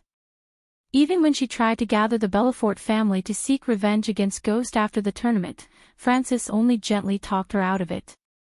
He had never shown any anger toward Alicia. What happened to Peter in the tournament was unfortunate. But he wasn't blameless either. You need to be ready to get burned if you play with the fire long enough, one of the gray-haired elders rose from his seat and said. Alicia clenched her fist. Unfortunate. Is that what you call what happened to Peter? Alicia's voice burned with rage and murderous intent. The elder almost took a step back. He is right. Alicia's anger disappeared immediately when she heard Francis. Instead, she was stunned by her father's words. She couldn't understand how Francis could accept what Ghost did to Peter at the tournament like others. Am I the only one who thinks Peter doesn't deserve Ghost's cruel treatment? Alicia said, gritting her teeth. But he was alive, wasn't he? Francis coldly asked Alicia. If you had left that matter alone, he would have been alive by now. The Dark Lord may have killed him, but you are just as responsible as the Dark Lord himself. Alicia couldn't believe she heard these words from her father. Even Norvin had never expected such cold treatment from Francis. Looking at Francis' treatment of Alicia, the elders dared to speak their minds. Soon, an old lady with neatly combed white hair stood up. Does Noah Winston know you went behind his back? Asked the old woman. He has nothing to do with this, Norvin said. I disagree. He has everything to do with this. He might be the only person who could protect our family from the Dark Lord. Is it true that the Dark Lord said, quote, as long as she is a Belfort, they will suffer untimely deaths? Norvin was startled. The old lady spoke the Dark Lord's words like she was there. How did you know? Alicia coldly asked the woman. So it's true, the old woman collapsed as the elders gasped in shock. It was none other than Michael who spread the rumors in Ice Fair through Sadie. He wanted some of the important elders in the Belfort family to know what had happened even before Alicia told them. Still, the elders were startled to hear it from Alicia's mouth. The elders couldn't even think straight after realizing they were officially on the kill list of the Dark Lord. You can't blame her for everything. She was Peter's sister, for God's sake. If you stay still and do nothing, if the same had happened to your son, daughter, or brother, Norvin questioned the elders. Another elder stood up. I don't know what we would have done after the tournament. But we would have definitely avoided messing with Ghost after knowing he is the freaking Dark Lord. He slaughtered immortals and literally removed Ithilien from the face of the world, and where was the Sky Hall when he killed Peter? The Great Eight clans need pawns to sacrifice to the Dark Lord. They won't let their own get killed, another elder voiced his concern. Because of what you had done, we might get wiped off. He slaughtered immortals. Do you think we stand a chance against him? He didn't have to come here by himself. Any one of his generals could burn us to the ground. One by one, the elders stood up and raised their voices. Francis could do nothing but watch his daughter get blamed for everything. The unfortunate thing was the elders were right. Alicia had no words to defend herself. Deep down, she knew her entire family was in danger because of what she did. At that moment, Norvin hated the Sky Hall more than anyone. They roped Alicia into this plan and never appeared to save Peter. He could only imagine what would have happened to Mutrad and his men. "I will accept any punishment you give me," Alicia dropped to her knees. The hall went silent. Norvin saw Francis rise from his throne. He hoped Alicia's mother was here. Unfortunately, the poor woman was too devastated to hear her son was dead. She lost consciousness the moment she saw the blood stains and the dead bodies in Peter's home. She was still under the care of healers. "Alicia, I don't blame you completely. You did what any loving sister would have. I know you wanted to avenge Peter. But at that same time, you ignored our warnings. You went behind our backs and endangered the entire family. You let your anger cloud your mind," Francis sighed. He couldn't speak those words looking into Alicia's eyes. But he had to do this for the sake of his family. He hoped it would be enough to calm the Dark Lord's anger. "As someone who lost a brother, I understand your feelings. Taking that and your contributions to the family into the account, I hereby exile you from the Belafort family." Tears gushed out of Alicia's eyes. Norvin was startled by Francis' words. But the elders looked relieved and satisfied with Francis' punishment. None of the elders expected a death sentence for Alicia, so they were quite satisfied with removing Alicia from the family. "From now on, you are not a Belafort, and I restrict you from using the name under any circumstances." A teardrop escaped Francis' eye. His voice stuttered. With Alicia's exile, his bloodline came to an end. "Let's just hope this will be enough for the Dark Lord," said an elder. Norvin clenched his fist. He wanted to punch everyone to death. However, he managed to suppress his anger. The last thing Norvin wanted was to make things worse for Alicia. Suddenly, a bright beam of light shot through the ceiling and landed right beside Alicia. The bright light blinded everyone. They closed their eyes using their hands. After the light beam faded away, they saw Noah Winston standing beside Alicia. "Noah!" Norvin shouted. He had never been so happy to see Noah. Just Noah's arrival made Norvin heave a sigh of relief. Noah did not utter any word but lifted Alicia to her feet by her shoulders. He wiped off the tears on her face and gently smiled. "Let me take care of this," said Noah. He turned his gaze away from Alicia to Francis. "Is this what the great Belafort family has reduced to? You'd rather exile your daughter than seek justice for your son's death?" Noah was calm, but his words were as cold as ice. If Noah was just a guardian, Francis and the elders would have raised their voices against him. But he was a supreme guardian, the leader of the Guardian Guild. Hence, they dared not to disrespect Noah. "I lost my son. I am not going to lose my family too," said Francis. "Nothing you say will revoke my judgment."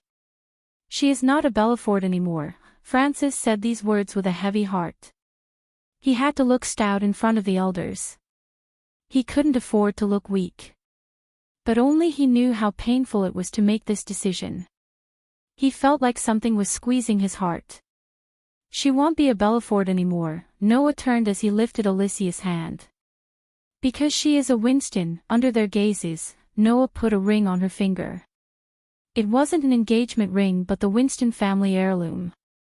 The white ring symbolized the marriage union between them. No one expected Noah to marry Alicia then and there. Even Michael did not expect Noah's bold move. He thought Noah would be furious and vent his anger on Alicia, which would break their relationship. Instead, it brought Noah and Alicia closer. Even Alicia and Norvin were stunned. Alicia just stared at Noah without batting an eye. "If Ghost wants to hurt her, he'd have to go through me." Noah grabbed Alicia's hand and walked toward the door. On his way, he raised his finger as a light beam shot toward the ceiling. Francis saw a tiny object fall down from the ceiling. It soon exploded into oblivion. Everyone realized that the Dark Lord was watching them all this time. Just the thought was enough to make their hearts skip a beat. Noah crushed the spider under his feet and exited the hall without turning back. The elders were still in shock. Francis' mind was blank. He just saw his daughter getting married before his eyes. Everything happened so sudden. He dreamed of doing Alicia's marriage as the grandest event in Ice Fair history, but the gods had another plan. Meanwhile, Michael was looking at a blank mirror. Michael was surprised to see Noah actually located his spider. It seemed to him Noah's godly powers were slowly developing. Of course, Noah was nowhere close to Michael in terms of power or god level. That was unexpected, said Michael. I don't get him. He did the exact opposite of what we imagined, said Iag. Life is full of surprises, huh? Michael smiled. Granted, what Noah did surprised him, but it didn't mess up Michael's plan whatsoever. The longer Alicia was with Noah, the more problems he would face. However, Michael admired Noah for sticking by his woman's side even when she was in the wrong. At least the two of them shared that in common. My lord, Azazel entered the room. Lord Eladir is waiting for you outside, said Azazel. Everything ready? Michael asked. Everything is ready, my lord. Michael took a deep breath. Since he got the Elven rune, it was time to reach the 6-star alchemist level.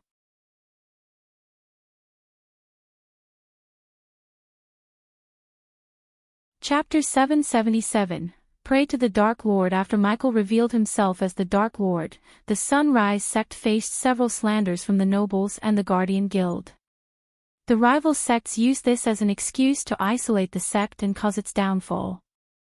After Noah took the throne of the Supreme Guardian, he launched an extensive investigation on the Sunrise sect and learned the Dark Lord had no more connections with the sect.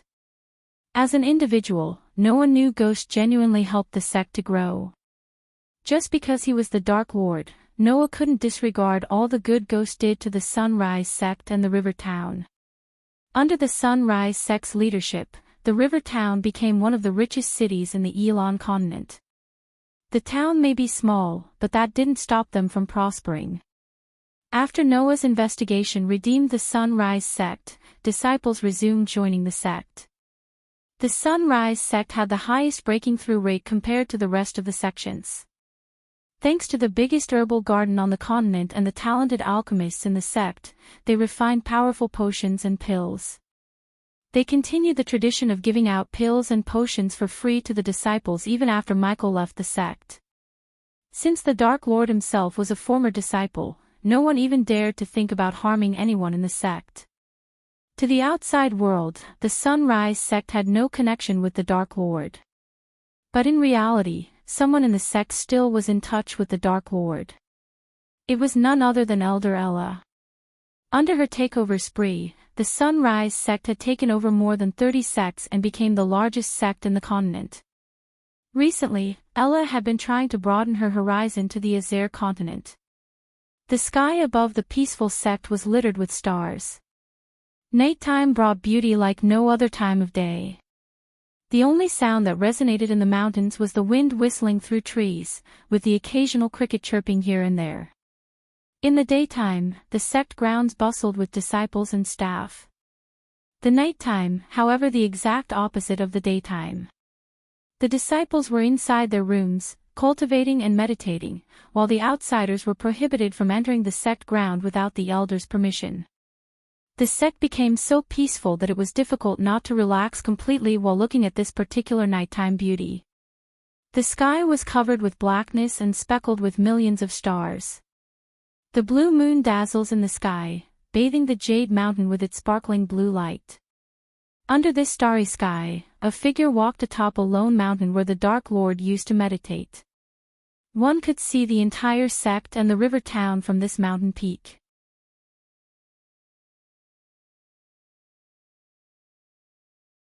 She had already lost her grandfather once.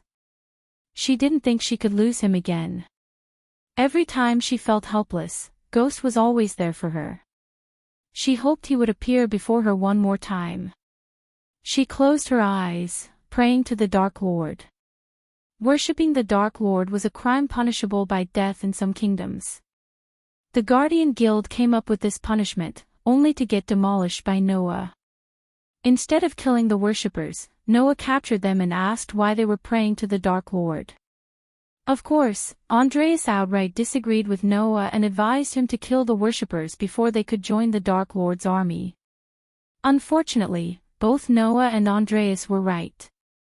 Some of them did join the Dark Lord's army, but many who Noah captured let go of Dark Lord worshipping and returned to their normal life with a little help from the guild. Unknowing to the Guardian Guild, the Dark Lord had his underlings among the people. Whenever someone prayed for the Dark Lord, their prayers would be answered in exchange for loyalty. Please answer my prayers. They say you are a god. A god should answer prayers. You always answered my prayers. Please, do it one more time. Claire collapsed her hands together and prayed for the Dark Lord. A gentle breeze of wind blew past Claire. She heard the dried leaves rustling around her. Still, she did not open her eyes. She completely focused on her prayer. Tears slowly rolled out of her eyes. For a few minutes, the only companion she had was silence. After a while, she lost track of time. When she was drowned in prayer, another gentle breeze blew past her. To her surprise, the breeze of wind blew against her face as though it was trying to pry open her eyes. Claire's neck hair stood up when she heard a voice from behind. For a moment, Claire thought her mind was playing games. Did you call for me? Claire clearly heard the voice, it was undoubtedly Ghost's. She abruptly opened her eyes. When she turned around, she saw Ghost standing before her. It felt like a dream to her. She sobbed and smiled at the same time. Without a second thought, she ran toward Ghost and hugged him tightly.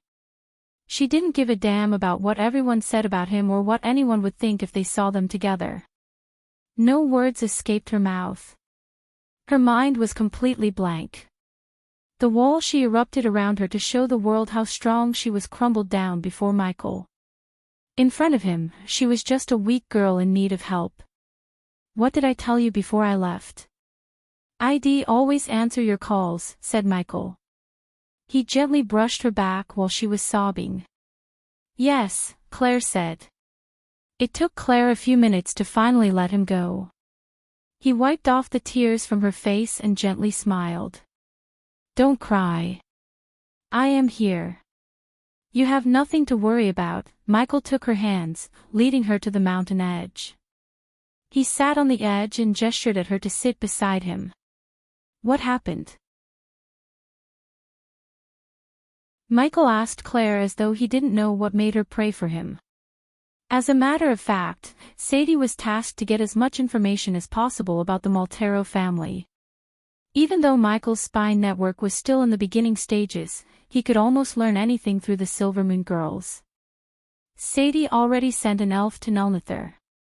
Michael wanted to know everything he could before rescuing Claire's mother. He may be the Dark Lord, but he cared for everyone around him. Since the elves of Nulnither were a bunch of racist scums, giving them the Dark Lord treatment was just a bonus. Claire told Michael everything about her grandfather's disappearance. He patiently listened to Claire's story and felt pity for her. The elves really messed up her life. After Claire finished her story, Michael squeezed her hand. If your mother is still alive, I will bring her to you, said Michael. She had to be, Claire's voice stuttered.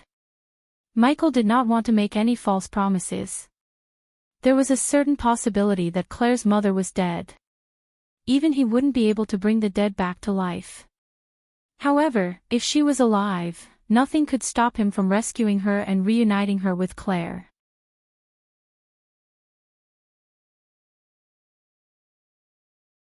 Chapter 778, 6-Star Alchemist. After leaving the Sunrise sect, Michael returned to the Dark Ocean. He spent almost 2 hours with Claire. At first, they just talked about Elisha and the Mortero family. Then, their topic turned toward the sect, personal life, and even marriage. To Michael's surprise, Claire asked him to come to the dark ocean, leaving everything behind. However, Michael refused the idea. Instead, Michael wanted her to stay in Elon and continue to lead the Sunrise sect to prosperity. The Sunrise sect and the river town were something he was so proud of.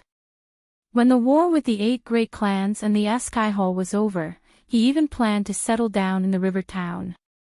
Hence, he wanted Claire to keep ruling till it's over. He appeared right on top of the waterfall, where he met Ellider. "My lord," Ellider slightly bent his back to show respect. The ground around Ellider glimmered in the darkness. Before the Dark Lord arrived, Ellider created this array to let the Dark Lord absorb the Elven rune. Because it was just a simple array, Ellider created it in a few minutes. When the Dark Lord appeared, he stood in the array's center. "Please come to the center, my lord," Ellider gestured at Michael to step into the array. Upon reaching the center, Michael noticed the runes in the array glow brighter. He felt a strange sensation throughout his body. He took out the golden plate with the elven rune engraved in it. The array flickered as soon as the elven rune appeared in Michael's hand. The elven rune responded to the array by radiating a crimson-red light. The 2 lights glowed brighter and brighter as the golden plate trembled in Michael's hand. "Focus on the rune and try to absorb it, my lord," Ellider instructed Michael. He did as he was told. First, Michael closed his eyes. He tried to feel the energy radiating from the rune. While focusing on the rune, he started to feel a strange connection with the rune. Warm energy washed over him. Ellider saw the red rune slowly floating toward the Dark Lord. Inch by inch, it moved closer to the Dark Lord's forehead.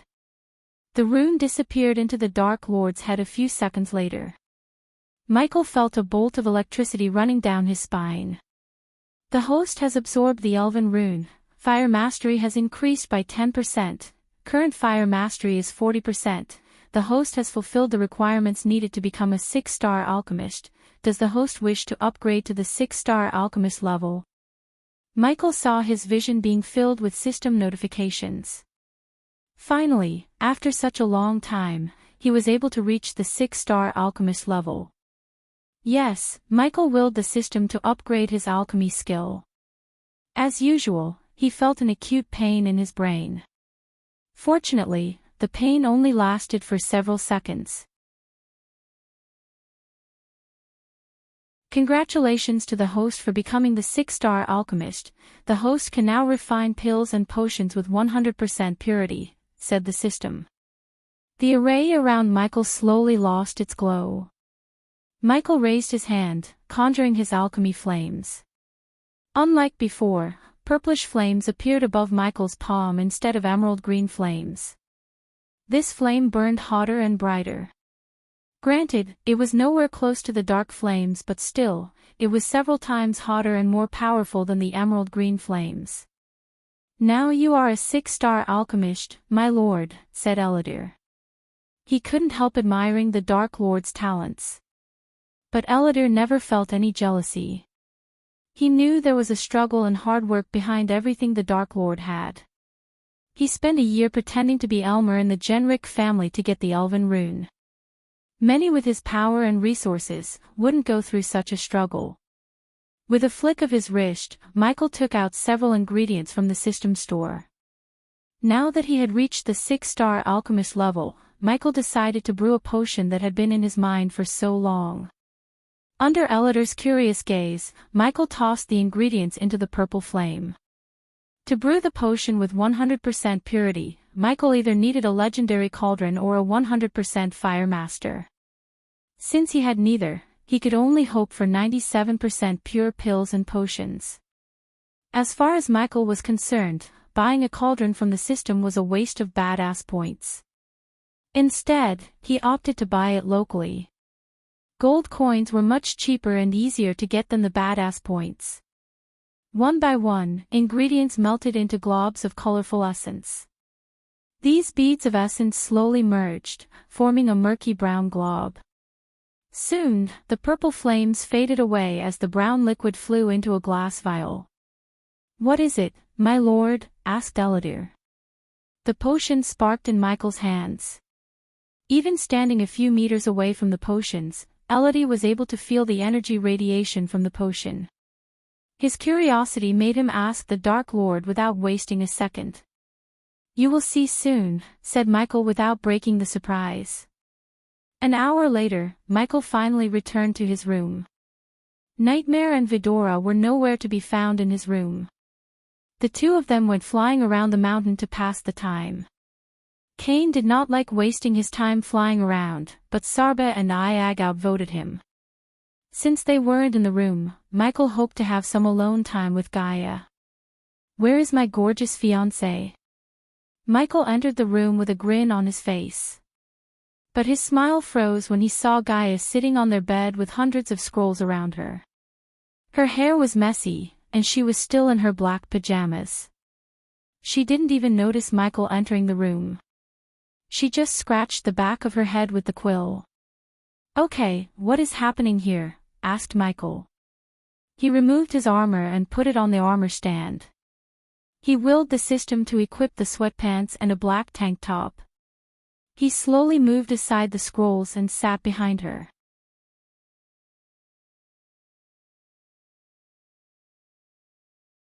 Gaia could only imagine how powerful he would become after reaching the immortal stage. It was really difficult not to feel jealous of his cultivation speed. "What can I say? I am a god," Michael shrugged. "How long will be your heavenly tribulation this time?" Gaia asked. 10 days, said Michael. According to the system, his heavenly tribulation would last 10 days, and it recommended Michael find a safe place or make the dark ocean safe. Fortunately, Eladiri was working on creating a new array to prevent the lightning storm around the dark ocean from intervening in his heavenly tribulations. Michael had no interest in finding a new place. The dark ocean was the only place the Guardians wouldn't dare to come to. Even if they tried, the lightning storm and the weather would take care of them. Michael wasn't the same man he was a year before. He had a powerful army. Every day, they grew in number and power. The only problem was the current financial state. Although Michael vaguely had an idea for a new source of income, he lacked the necessary things. Is it safe to trigger the tribulation here? Last time I almost died. Heavenly tribulation and the lightning storm do not make a good pair. Eladir will take care of it, said Michael.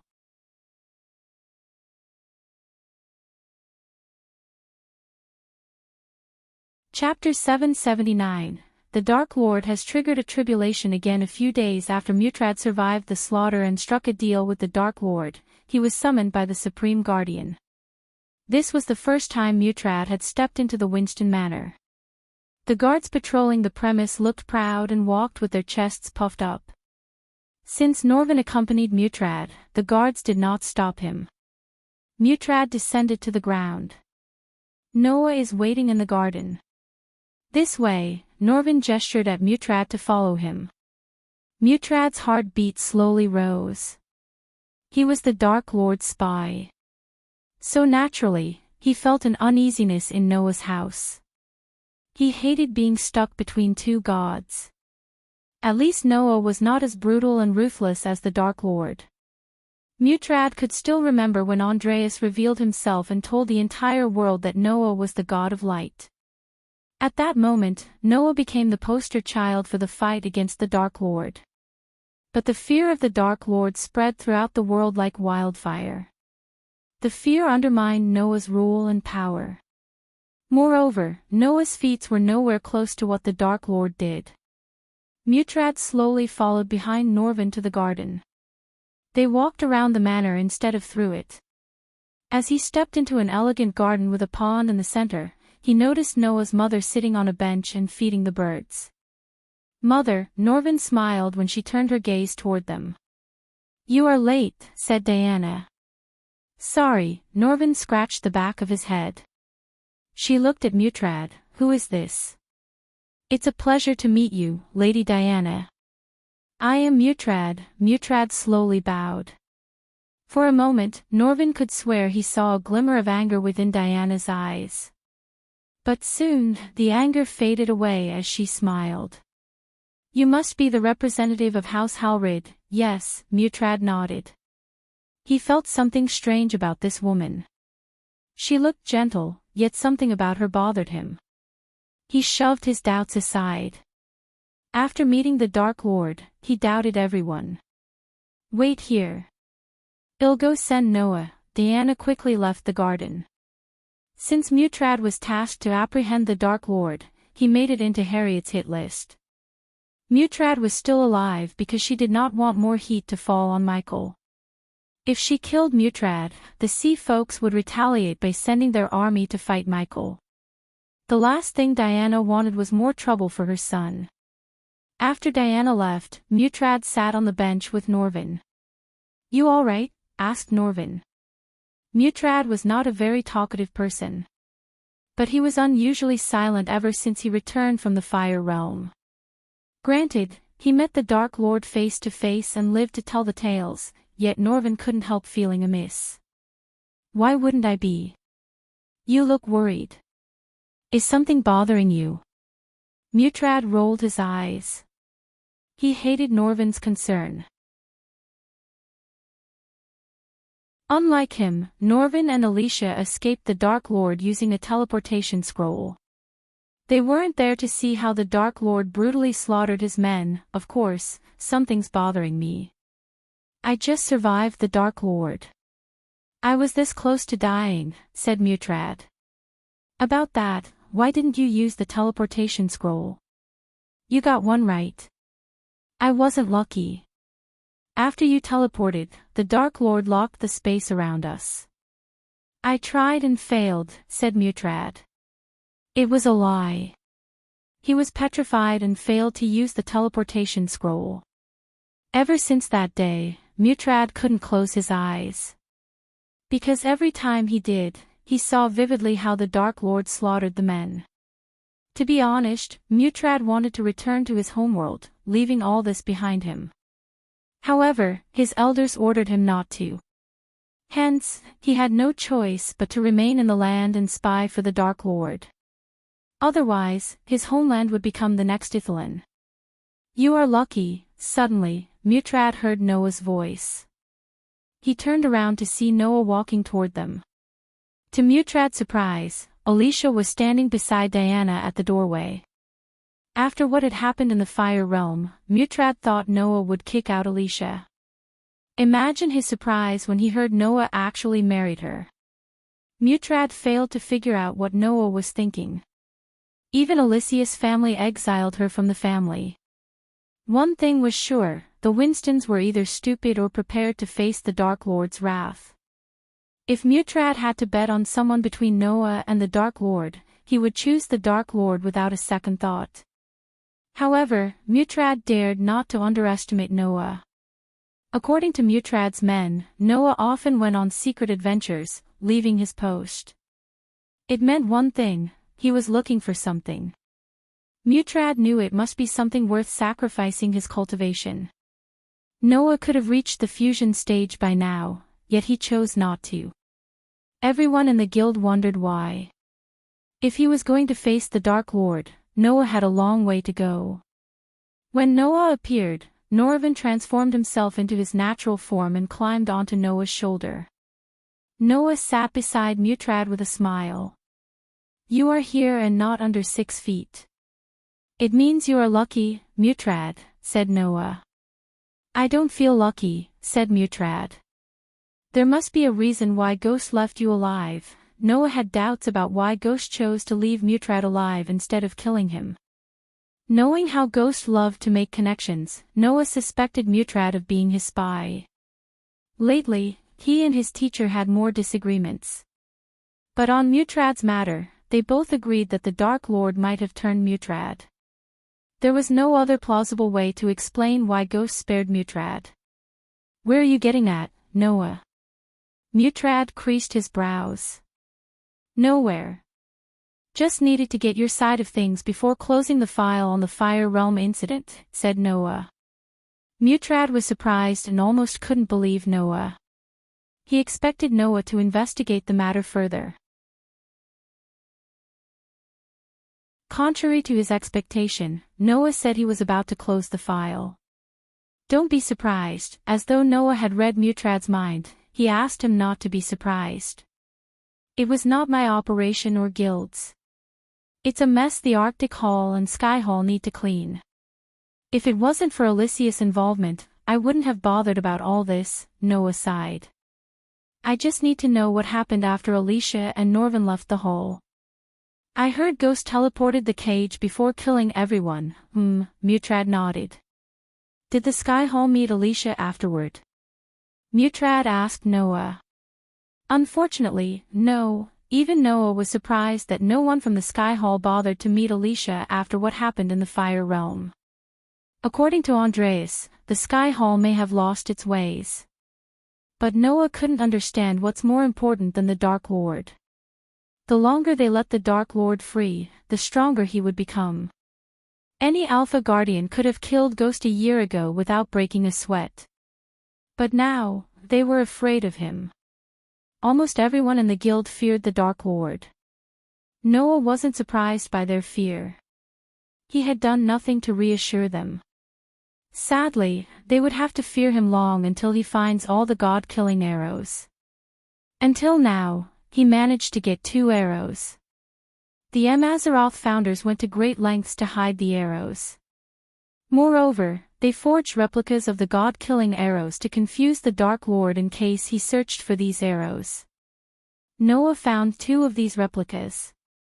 If it wasn't for the original arrow in his possession, he would have believed these replicas as the original ones. Mutrad saw no point in hiding what happened after Alicia and Norvin teleported. He told Noah everything except the fact that he had struck a deal with the Dark Lord. Noah was about to question Mutrad when a Winston family guard interrupted their meeting. Young Master Noah, there is someone from the guild who wants to meet you. He said it's urgent, said the guard. Bring him. Noah waited for the guard to return. A few moments later, the guard came with a guardian. To Noah's surprise, this guardian was one of the men he sent to the southern continent. Their task was to monitor the Dark Ocean and report back to him. Judging by the look on the guardian's face, Noah could tell something happened. The guardian looked reluctant when he saw Mutrad. It's okay. Tell us what happened, asked Noah. Not that Noah trusted Mutrad, but he wanted to see how Mutrad would react. Supreme Guardian, the Dark Lord has triggered a heavenly tribulation in the Dark Ocean. As soon as they heard the guardian, they were stunned. Norvin's eyes widened to the point it looked like his eyes were about to pop out. Mutrad's mind went blank.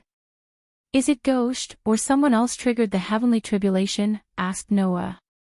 It's him, Supreme Guardian. He's trying to become an immortal. Mutrad felt that he made the right choice by striking a deal with the Dark Lord. He slaughtered the Arctic Hall's best men when he was just a half-immortal. How strong would he be after reaching the immortal stage? Definitely stronger than Noah. God or not, Noah was just a soul-refining stage cultivator. Meanwhile, the Dark Lord was about to reach immortality. We have to strike him down now. This might be our only opportunity, Norvin quickly said. However, Noah shook his head. Sending a team to interrupt his heavenly tribulation is like sending them to their deaths. He would not have triggered the tribulation without preparing for the worst, so are we going to sit around and wait for him to get stronger? Asked Norvin as Noah shook his head. I have plans, said Noah. Noah dismissed the guardian before inviting Mutrad to a feast inside the manor. The rest of the day was pretty much uneventful. Mutrad just had his belly full of food and left the Winston manor. The Winstons were preparing for the baby shower as Catherine and Andres were expecting their second child. Almost everyone prominent in the Elon continent would come to bless the couples. Hence, everyone in the manor had worked to their necks. . Mutrad just hoped the Dark Lord wouldn't be one of the guests.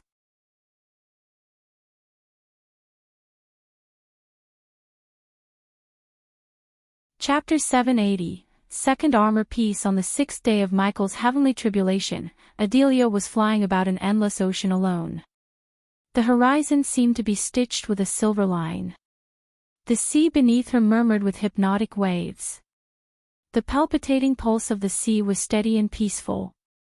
It soothed her soul to hear the rhythmic songs the waves and the wind composed. A warm, tangy smell came from the sea as she flew. The dazzling moon glowed as much as the sun. Suddenly, she dived down into the ocean. As soon as her body touched the water, she transformed herself into her snake form. In her snake form, she was a monstrous silver snake with diamond-like scales. Her silver scales reflected the light as she swam deeper into the ocean. The deep sea was a world of its own. It was littered with plant life and corals. They glimmered like jewels and diamonds in the sea. Swarms of fish brushed past Adelia without any fear. Adelia didn't even need a light source to navigate through the sea. Instead, she had the luminous stones to light her path. She wondered how a ruin could be in the sea. But she trusted the Dark Lord. Apparently, the second armor piece was hiding in ruin under the sea. After swimming for a few minutes, Adelia noticed two corals the size of boulders next to each other. There was a crack between the two corals. That must be it, thought Adelia. She hastened her speed. For some reason, the closer she got to the boulders, the lighter she felt. She was surprised to see several runes glowing in the boulders. The runes created a beam of light that scanned Adelia from top to bottom. To her surprise, the silver light turned green as the two boulders slowly moved aside. As a result, the crack between them grew wider, revealing a path into the ground. Adelia cautiously swam into the crack. Inside the crack, everything was dark. She had to rely on the distant light. For a few minutes, she was completely blind. Even her Naga eyes didn't help her see in the dark. The darkness around her was exactly like the darkness around the Dark Lord, except this was several times stronger than she felt. Of course, it was stronger because this place was built by the past Dark Lord who was on another level compared to the current Michael. Finally, she saw the light at the end of the tunnel. She hastened her speed. When she reached the light, something pulled her into it. Suddenly, she was standing in a dungeon rather than in the deep sea. She looked around the place. Everywhere she turned, she could see nothing but dark walls. She took a step forward as a torch beside her lit up. One by one, torches lit up, lighting the place. The place creeped out Adelia. She almost regretted taking the task. At first, the Dark Lord considered sending Saber to retrieve the armor piece. However, Adelia asked the Dark Lord to give her the task because she wanted to clear her mind alone. Compared to searching for the god-killing arrows, retrieving the armor piece seemed like a walk in the park to her. But her relief was short-lived. She noticed countless runes lit up in the walls. As soon as they started to glow, Adelia felt her cultivation being suppressed. Her power fell from the half-immortal stage to the fusion stage and then to the body-refining stage. In a couple of seconds, she became powerless. Fucking hell, Adelia cursed the place. She tapped the device around her wrist as the device radiated a dim red light. Soon, her cultivation level rose up to the body-strengthening stage. The arch-energy crystal within the device couldn't raise her power to the half-immortal stage, but it was better than being powerless. Aren't you a treasure to have? Adelia smiled at the device around her wrist.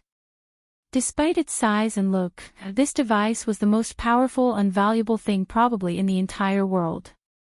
It enabled its wearer to cultivate even within the void line. She still couldn't believe the Dark Lord managed to build such a device all by himself. If it wasn't for this device, she would have been powerless by now. But after seeing the place makes people powerless, Adelia didn't dare to underestimate it. She cautiously walked forward. On her way, she tried to contact Gaia through the earpiece, only to fail. Looks like I am alone, Adelia sighed. Yet again, this was what she wanted. Some alone time from everyone, including her daughter. As much as she loved Gaia, she hated being nagged. Not a single day passed without Gaia asking about her father. Adelia even asked the Dark Lord not to ponder about Gaia's real father. That was something Adelaide did not wish to discuss with anyone. Adelia made herself forward with the silence being her companion. She thought about everything that happened in her life. But her train of thought was suddenly interrupted by a rustling noise. She halted her steps, focusing on the darkness before her. She could mildly hear some footsteps. Slowly, she placed her hand on the katana dangling on her waist. She flicked the sheath as the katana popped out with a clicking sound. The air suddenly started to reek of blood and pungent rotting skin. Unfortunately, she was familiar with this smell. The last time she smelled something putrid was when she visited Delar's workshop on the undead island with Gaia. Coupled with the slow footsteps and the smell, she had a good guess about what was approaching her. Soon, a grayish-skinned figure with dead eyes staggered toward Adelia. She could smell the toxic pong from their body odors. Their crazy, diseased eyes would terrify an oblivious man. To Adelia, they were nothing but annoyances. She took a step forward, keeping her hand on the katana's hilt. The undead tilted its head as it reached out toward Adelia. When it was just an arm's reach away, Adelia unsheathed her katana as the zombie's head flew away from its body. The decapitation happened so quickly, like a flash of lightning. Her katana even formed a white line in the air. Even the Dark Lord was impressed by her sword skills, especially how she handled the katana. He used to call him the Lady Samurai. But Adelia had no idea why he called her that. The zombie staggered around without a head before falling down. Black goo oozed out of its neck as the pungent smell increased in the air. Adelia walked away from the corpse but not before taking a flesh sample from the corpse. It was not for Delar but for the Dark Lord. As she moved forward, she faced a couple more undead. Regardless of the undead, she avoided using spells. She was under the sea, and the structure seemed ancient. She didn't want to risk destroying the place with her spells. Besides, she did not need spells to kill the undead. The further she went, the more undead she faced. But no matter how many undead were on her path, they all met the same fate. Each katana swing decapitated a zombie. Her moves were deadly and precise. After a while, the undead stopped appearing. Silence fell over the dungeon once again. Where were they coming from? Adelia asked herself. The runes flowing in the walls seemed awfully similar to Ullader's creations. This time travel thing fucks with my brain, Adelia kicked the wall. She wondered how this place would remain still if the previous Dark Lord reset the entire universe. The only explanation she had was the previous Dark Lord was powerful enough to leave some places untouched by the time-traveling array. Otherwise, the first energy and the armor pieces couldn't exist in the current timeline. She continued to walk in utter silence for another 30 minutes. Luckily, she came across no undead. Still, she didn't feel relieved. On the contrary, the silence and the lack of undead creeped her out. If the past Dark Lord had built this place, she knew he must have placed traps and obstacles to stop outsiders from getting to the armor piece. Her instincts were proven right when she heard a loud thud from several meters ahead of her. The ground started to shake as though something gigantic was approaching her. She halted her steps and waited for it to reveal itself. A few seconds later, she vaguely saw a giant bat-like creature walking on two legs toward her. The creature roared at Adelia. It looked at her with eyes burning with rage. Suddenly, it pounded its chest like a gorilla. So the past Delar managed to create some fucked up creatures, huh? Adelia snickered. Judging by how ugly the creature was, she knew it must be one of Dalar's creations. No one in the Dark Lord's army could create such an ugly abomination except for Dalar. The creature slowly moved forward. Each of its claws looked as sharp as the katana in her hand. Despite its ugliness, the creature seemed to possess some intelligence. Otherwise, it would have dashed forward instead of slowly taking steps. Since the path wasn't wide enough to move around, they had to face each other head-on.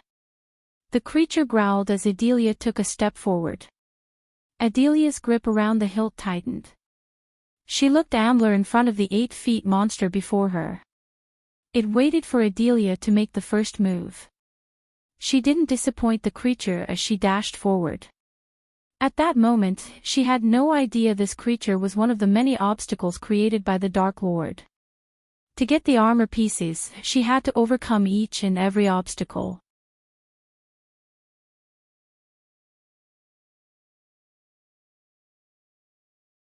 Chapter 781, The Trials for the Second Armor Piece. The creature deflected Adelia's katana with its claw. Sparks flew from the collision. Adelia almost lost the katana due to the massive force. She quickly slid under the creature. The creature stomped the ground as Adelia leaped away from it. Jurshich! The creature roared. It opened its thin wings. Adelia anticipated the creature's next attack. As it flapped its wings, Adelia raised her hand, creating a jade shield to block the wind blast. The creature did not back off with one flap. Instead, it flapped its wings again and again. The dungeon began to tremble. Bits and pieces of the ceiling crumbled down. Oh no! You are going to kill us both, Adelia snickered. She quickly dashed at the creature to prevent it from destroying the place. The creature swung its front legs. Adelia slid under its arms and cut its thigh. Blood spurted out as the creature roared in pain. The creature stumbled down. Her blade cut several inches deep into its thighs. The creature stomped the ground. Adelia tried to leap away, but the shock wave blasted her onto the wall behind before she could escape. The creature's eyes burned with rage and pain. To Adelia's surprise, the creature picked a handful of soil and rubbed it in its wound. The creature again surprised Adelia by taking the torch and burning its wound. Finally, the bleeding stopped. Adelia had to admire the creature's intelligence. This time, the creature dashed at Adelia with lightning speed. Even Adelia failed to roll out of its path. As a result, the creature swatted Adelia like a bug. The force threw Adelia onto a wall. She coughed blood. Without twisting any second, Adelia quickly retrieved a healing potion from her space ring and chugged it down her throat. She immediately felt revitalized. Cuts and bruises on her body faded away. Seeing her use the healing potion, the creature shrieked. It pounded its chest as though it hated her using the potion. Do you hate that ugly? Adelia antagonized the creature. Once again, the creature dashed at her faster than before. Adelia did not move. On the contrary, she pressed her feet on the ground and stayed still. When the creature swung its claws, Adelia bent backward, evading the claws. After missing the target, the creature lost its balance for a second. Adelia immediately utilized this by leaping onto the creature's back. She used arch energy to speed up her moves. Before the creature could retaliate, Adelia landed straight on its back. She plunged the katana into the creature's neck. She was about to slice its neck, cutting the cord, when the creature jumped upwards. Since Adelia was on its back, she hit the ceiling pretty hard. The force almost turned her inside into outside. She fell off its back as her katana was still stuck into its back. The creature quickly grabbed Adelia and hit her against the ground. It sent Adelia flying with a single kick. Adelia's vision blurred. Blood oozed out of her nostrils and mouth. I am fucking done with this, Adelia coughed. The creature pounded its chest once again. It waited for Adelia to use the healing potion. On the contrary, Adelia picked herself up without using the healing potion. Her pupils flickered. When she blinked, her human pupils turned vertically slit like a snake's. Under the creature's furious gaze, Adelia's body transformed. The creature took a step back in feet. In a few moments, she went from human to giant snake. She stood 9 feet tall. HSSSS, Adelia hissed. She slithered toward the creature. It hit Adelia with its claws, yet its claws couldn't even graze her skin. Her body moved around the creature. The creature tried to leap away, but Adelia coiled around the creature. The creature was trapped. She slowly squeezed the creature with her body. Jurr. The creature roared as it violently swung its claws left and right. Adelia didn't feel anything. Her skin scales were like steel. No matter how hard the creature tried, it couldn't harm Adelia. The creature's roar slowly turned into a scream. Its eyes glimmered with pain. Slowly, Adelia crushed the creature's bones. The more she squeezed the creature, the louder the sickening crunch sounded. The creature's scream slowly lost its volume. Gradually, the creature stopped moving. Blood spurted out of every pore in its body. Suddenly, a stream of blood sprayed out of the creature's body. The creature's body looked crooked. Adelia moved her head above the creature. She slowly opened her mouth as jade smoke flowed from her mouth. The jade smoke enveloped the creature, slowly turning its body into ashes. Adelia's katana fell down with a clinking sound. Finally, Adelia transformed herself back into her human form. The creature was reduced to a hot pile of ash. Ugly bastard, Adelia snickered. She picked up the katana and unsheathed it. After killing the creature, Adelia resumed her journey. The creature made her realize this place was more dangerous than she initially thought. She became vigilant, focusing on her surroundings. Luckily, the torches lit up further she moved. Once again, everything became silent. At that moment, even a point-dropping sound would sound like a bell. Only her shadow and the silence accompanied her forward. She wondered how long it took the Dark Lord to build this dungeon. Although she was a half-immortal, the runes around her suppressed her cultivation. Without the device around her wrist, she couldn't have survived the creature. If someone else had entered this place somehow, they would have been the creature's food by now. The silence lasted for a few more minutes. Then, she began to hear the undead growling once again. Compared to the creature, these undeads were just an annoyance in her path.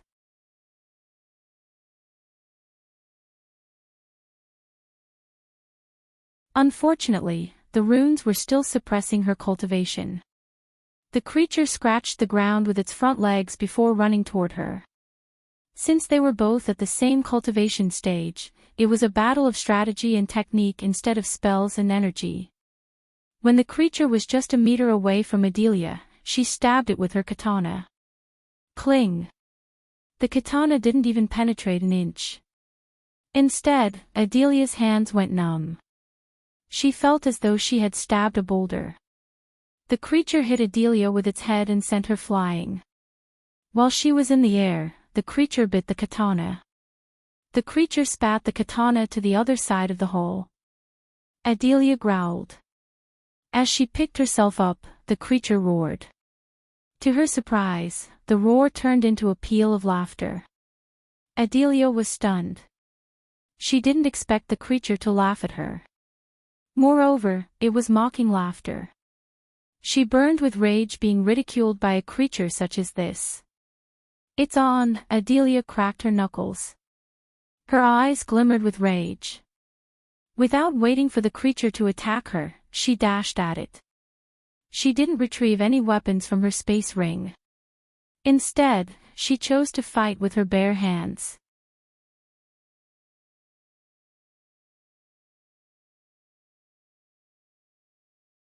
Chapter 782, Poison-spewing snake. Adelia and the gargoyle clashed in the middle. Their collision made sparks fly. Instead of using a weapon, Adelia fought with her bare hands. The gargoyle raised both its front legs to crush her, but Adelia grabbed its legs and overpowered the gargoyle. Even without cultivation power, Adelia was able to match the gargoyle's raw strength. The gargoyle tried to take a bite of Adelia's head, yet it couldn't reach her. Arg! Adelia roared as she pushed back the gargoyle. Every bit of muscle in Adelia's body bulged up. Purple veins appeared on her skin as her pupils became slit vertically. Eventually, she pushed the gargoyle against the wall. While the gargoyle was struggling, Adelia kicked it in the leg. The gargoyle roared. She kicked it in the leg in the same spot again and again until cracks appeared in its leg made of jade. Regardless of what it was made of, the gargoyle roared in pain just like any other beast would. The gargoyle stumbled down as it matched Adelia's height. As soon as it met Adelia's gaze, the gargoyle became crazed with pain and rage. It violently tried to munch her head with its big mouth. Adelia moved her head left and right, avoiding the gargoyle's mouth by mere inches. They were at a stalemate for a few moments until Adelia lifted the gargoyle by its leg and smashed it on the ground. It happened so quickly. Her raw strength was beyond any typical body-strengthening stage cultivators. The gargoyle didn't expect such strength and movement from her.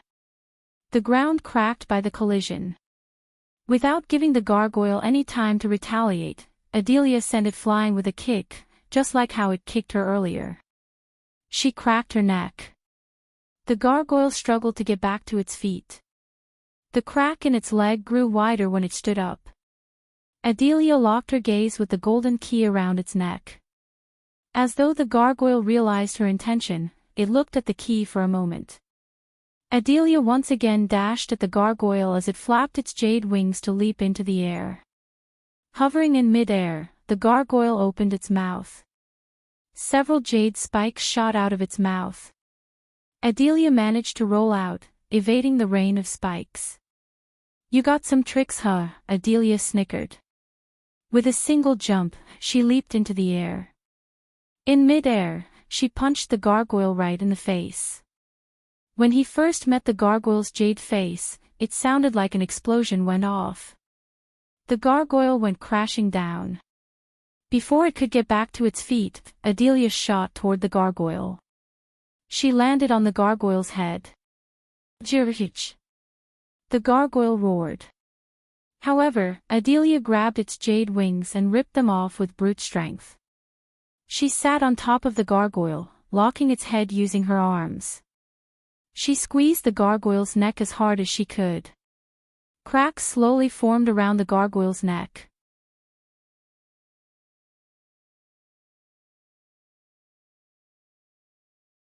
According to her, this purple glob was several times more potent than the poison in her poison gland. Adelia dashed out of the poison glob's trajectory. For a few moments, she zigzagged through the hall, evading the globs. She waited for the snake to stop shooting. When it did, Adelia dashed at the snake. The snake's giant body slowed its movements. Adelia's human form made her nimble and agile. As a result, she cut the snake before it could move away. As she hoped, the snake's skin wasn't as tough as the gargoyle's. Her katana cut the snake deep. Purplish blood spurted out of its body. Even its blood was poisonous. She quickly swung her katana, yanking the blood off her blade. The snake hissed. She used the arch energy to leap into the air. Since it was a snake, Adelia targeted its eyes. If it couldn't see her, she would be at an advantage. To the snake's surprise, Adelia raised her hand as two golden beams shot out of her hands. The snake was caught off guard. It did not expect Adelia to use a spell. Thanks to the device around her wrist, she cast a spell. The two beams penetrated the snake's eyes. "Jirhich!" the snake roared in agony. Its scream almost tore Adelia's eardrums.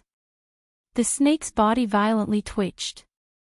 Adelia pressed her advantage by boosting her speed with arch energy. She flew around the snake, cutting the snake repeatedly. Unfortunately, the snake was too thick to cut its head with a single cut.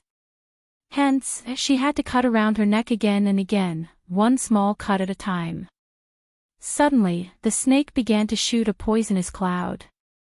The purple cloud of poison enveloped the whole. For a moment, Adelia's throat burnt as her vision turned blurry. She just took a whiff, and the poison already affected her body. But being the mother of the Dark Lord's fiancé came with a few perks. One of them was a special mask and antidote for poisons. She quickly put the mask on her face before she lost consciousness. Then, she immediately drank the silver potion. Gradually, her vision cleared up. Just to be safe, Adelia drank a healing potion. She was almost tempted to use the berserker pill Gaia gave her. But she chose not to. The snake was strong but not strong enough to give Adelia a headache. The snake would have been a bloody paste if she could use her cultivation. Furthermore, Adelia was a battle junkie, just like Gaia. The stronger the opponent was, the more excited she would feel. Simply put, Adelia wanted the battle to last long. Battles calmed her mind and soul in her own twisted, strange way. She patiently waited for the snake to stop spewing poisonous clouds. Surprisingly, it took almost 5 minutes. Only then did the purple poison in the air clear. The snake's movements slowed down. Adelia knew the snake was exhausted. Coupled with the cuts in its body and the blind eyes, the snake was on its way to greet the death. She just had to speed up the process. Once again, Adelia dashed at the snake. Considering the snake was blinded by her, it had no idea that Adelia was on her way to end its life. Because it was a snake, Adelia felt a bit of pity for it. Hence, she just leaped into the air and stabbed the snake right between the eyes. The snake stopped its twitching all of a sudden. The snake let out a groan before collapsing down. Just like the gargoyle, the snake's body turned into a pile of dust after it died. The golden key glimmered within the ash. She picked up the key from the ground. 3 to go, said Adelia. She took a deep breath as she went to put the sky in the lock. But before she could do that, Adelia drank a healing potion. For a few moments, she just took deep breaths. Because she knew that another statue would come to life when she used the key in the lock. Therefore, she wanted to take a few moments to rest her body. Each of the 3 remaining statues looked terrifying. Anyone would have been worried but not Adelia. She looked excited to face 3 more beasts. You're tuning into the Path of the True Immortal YouTube channel. Don't forget to subscribe and join us on this journey to catch the most captivating stories.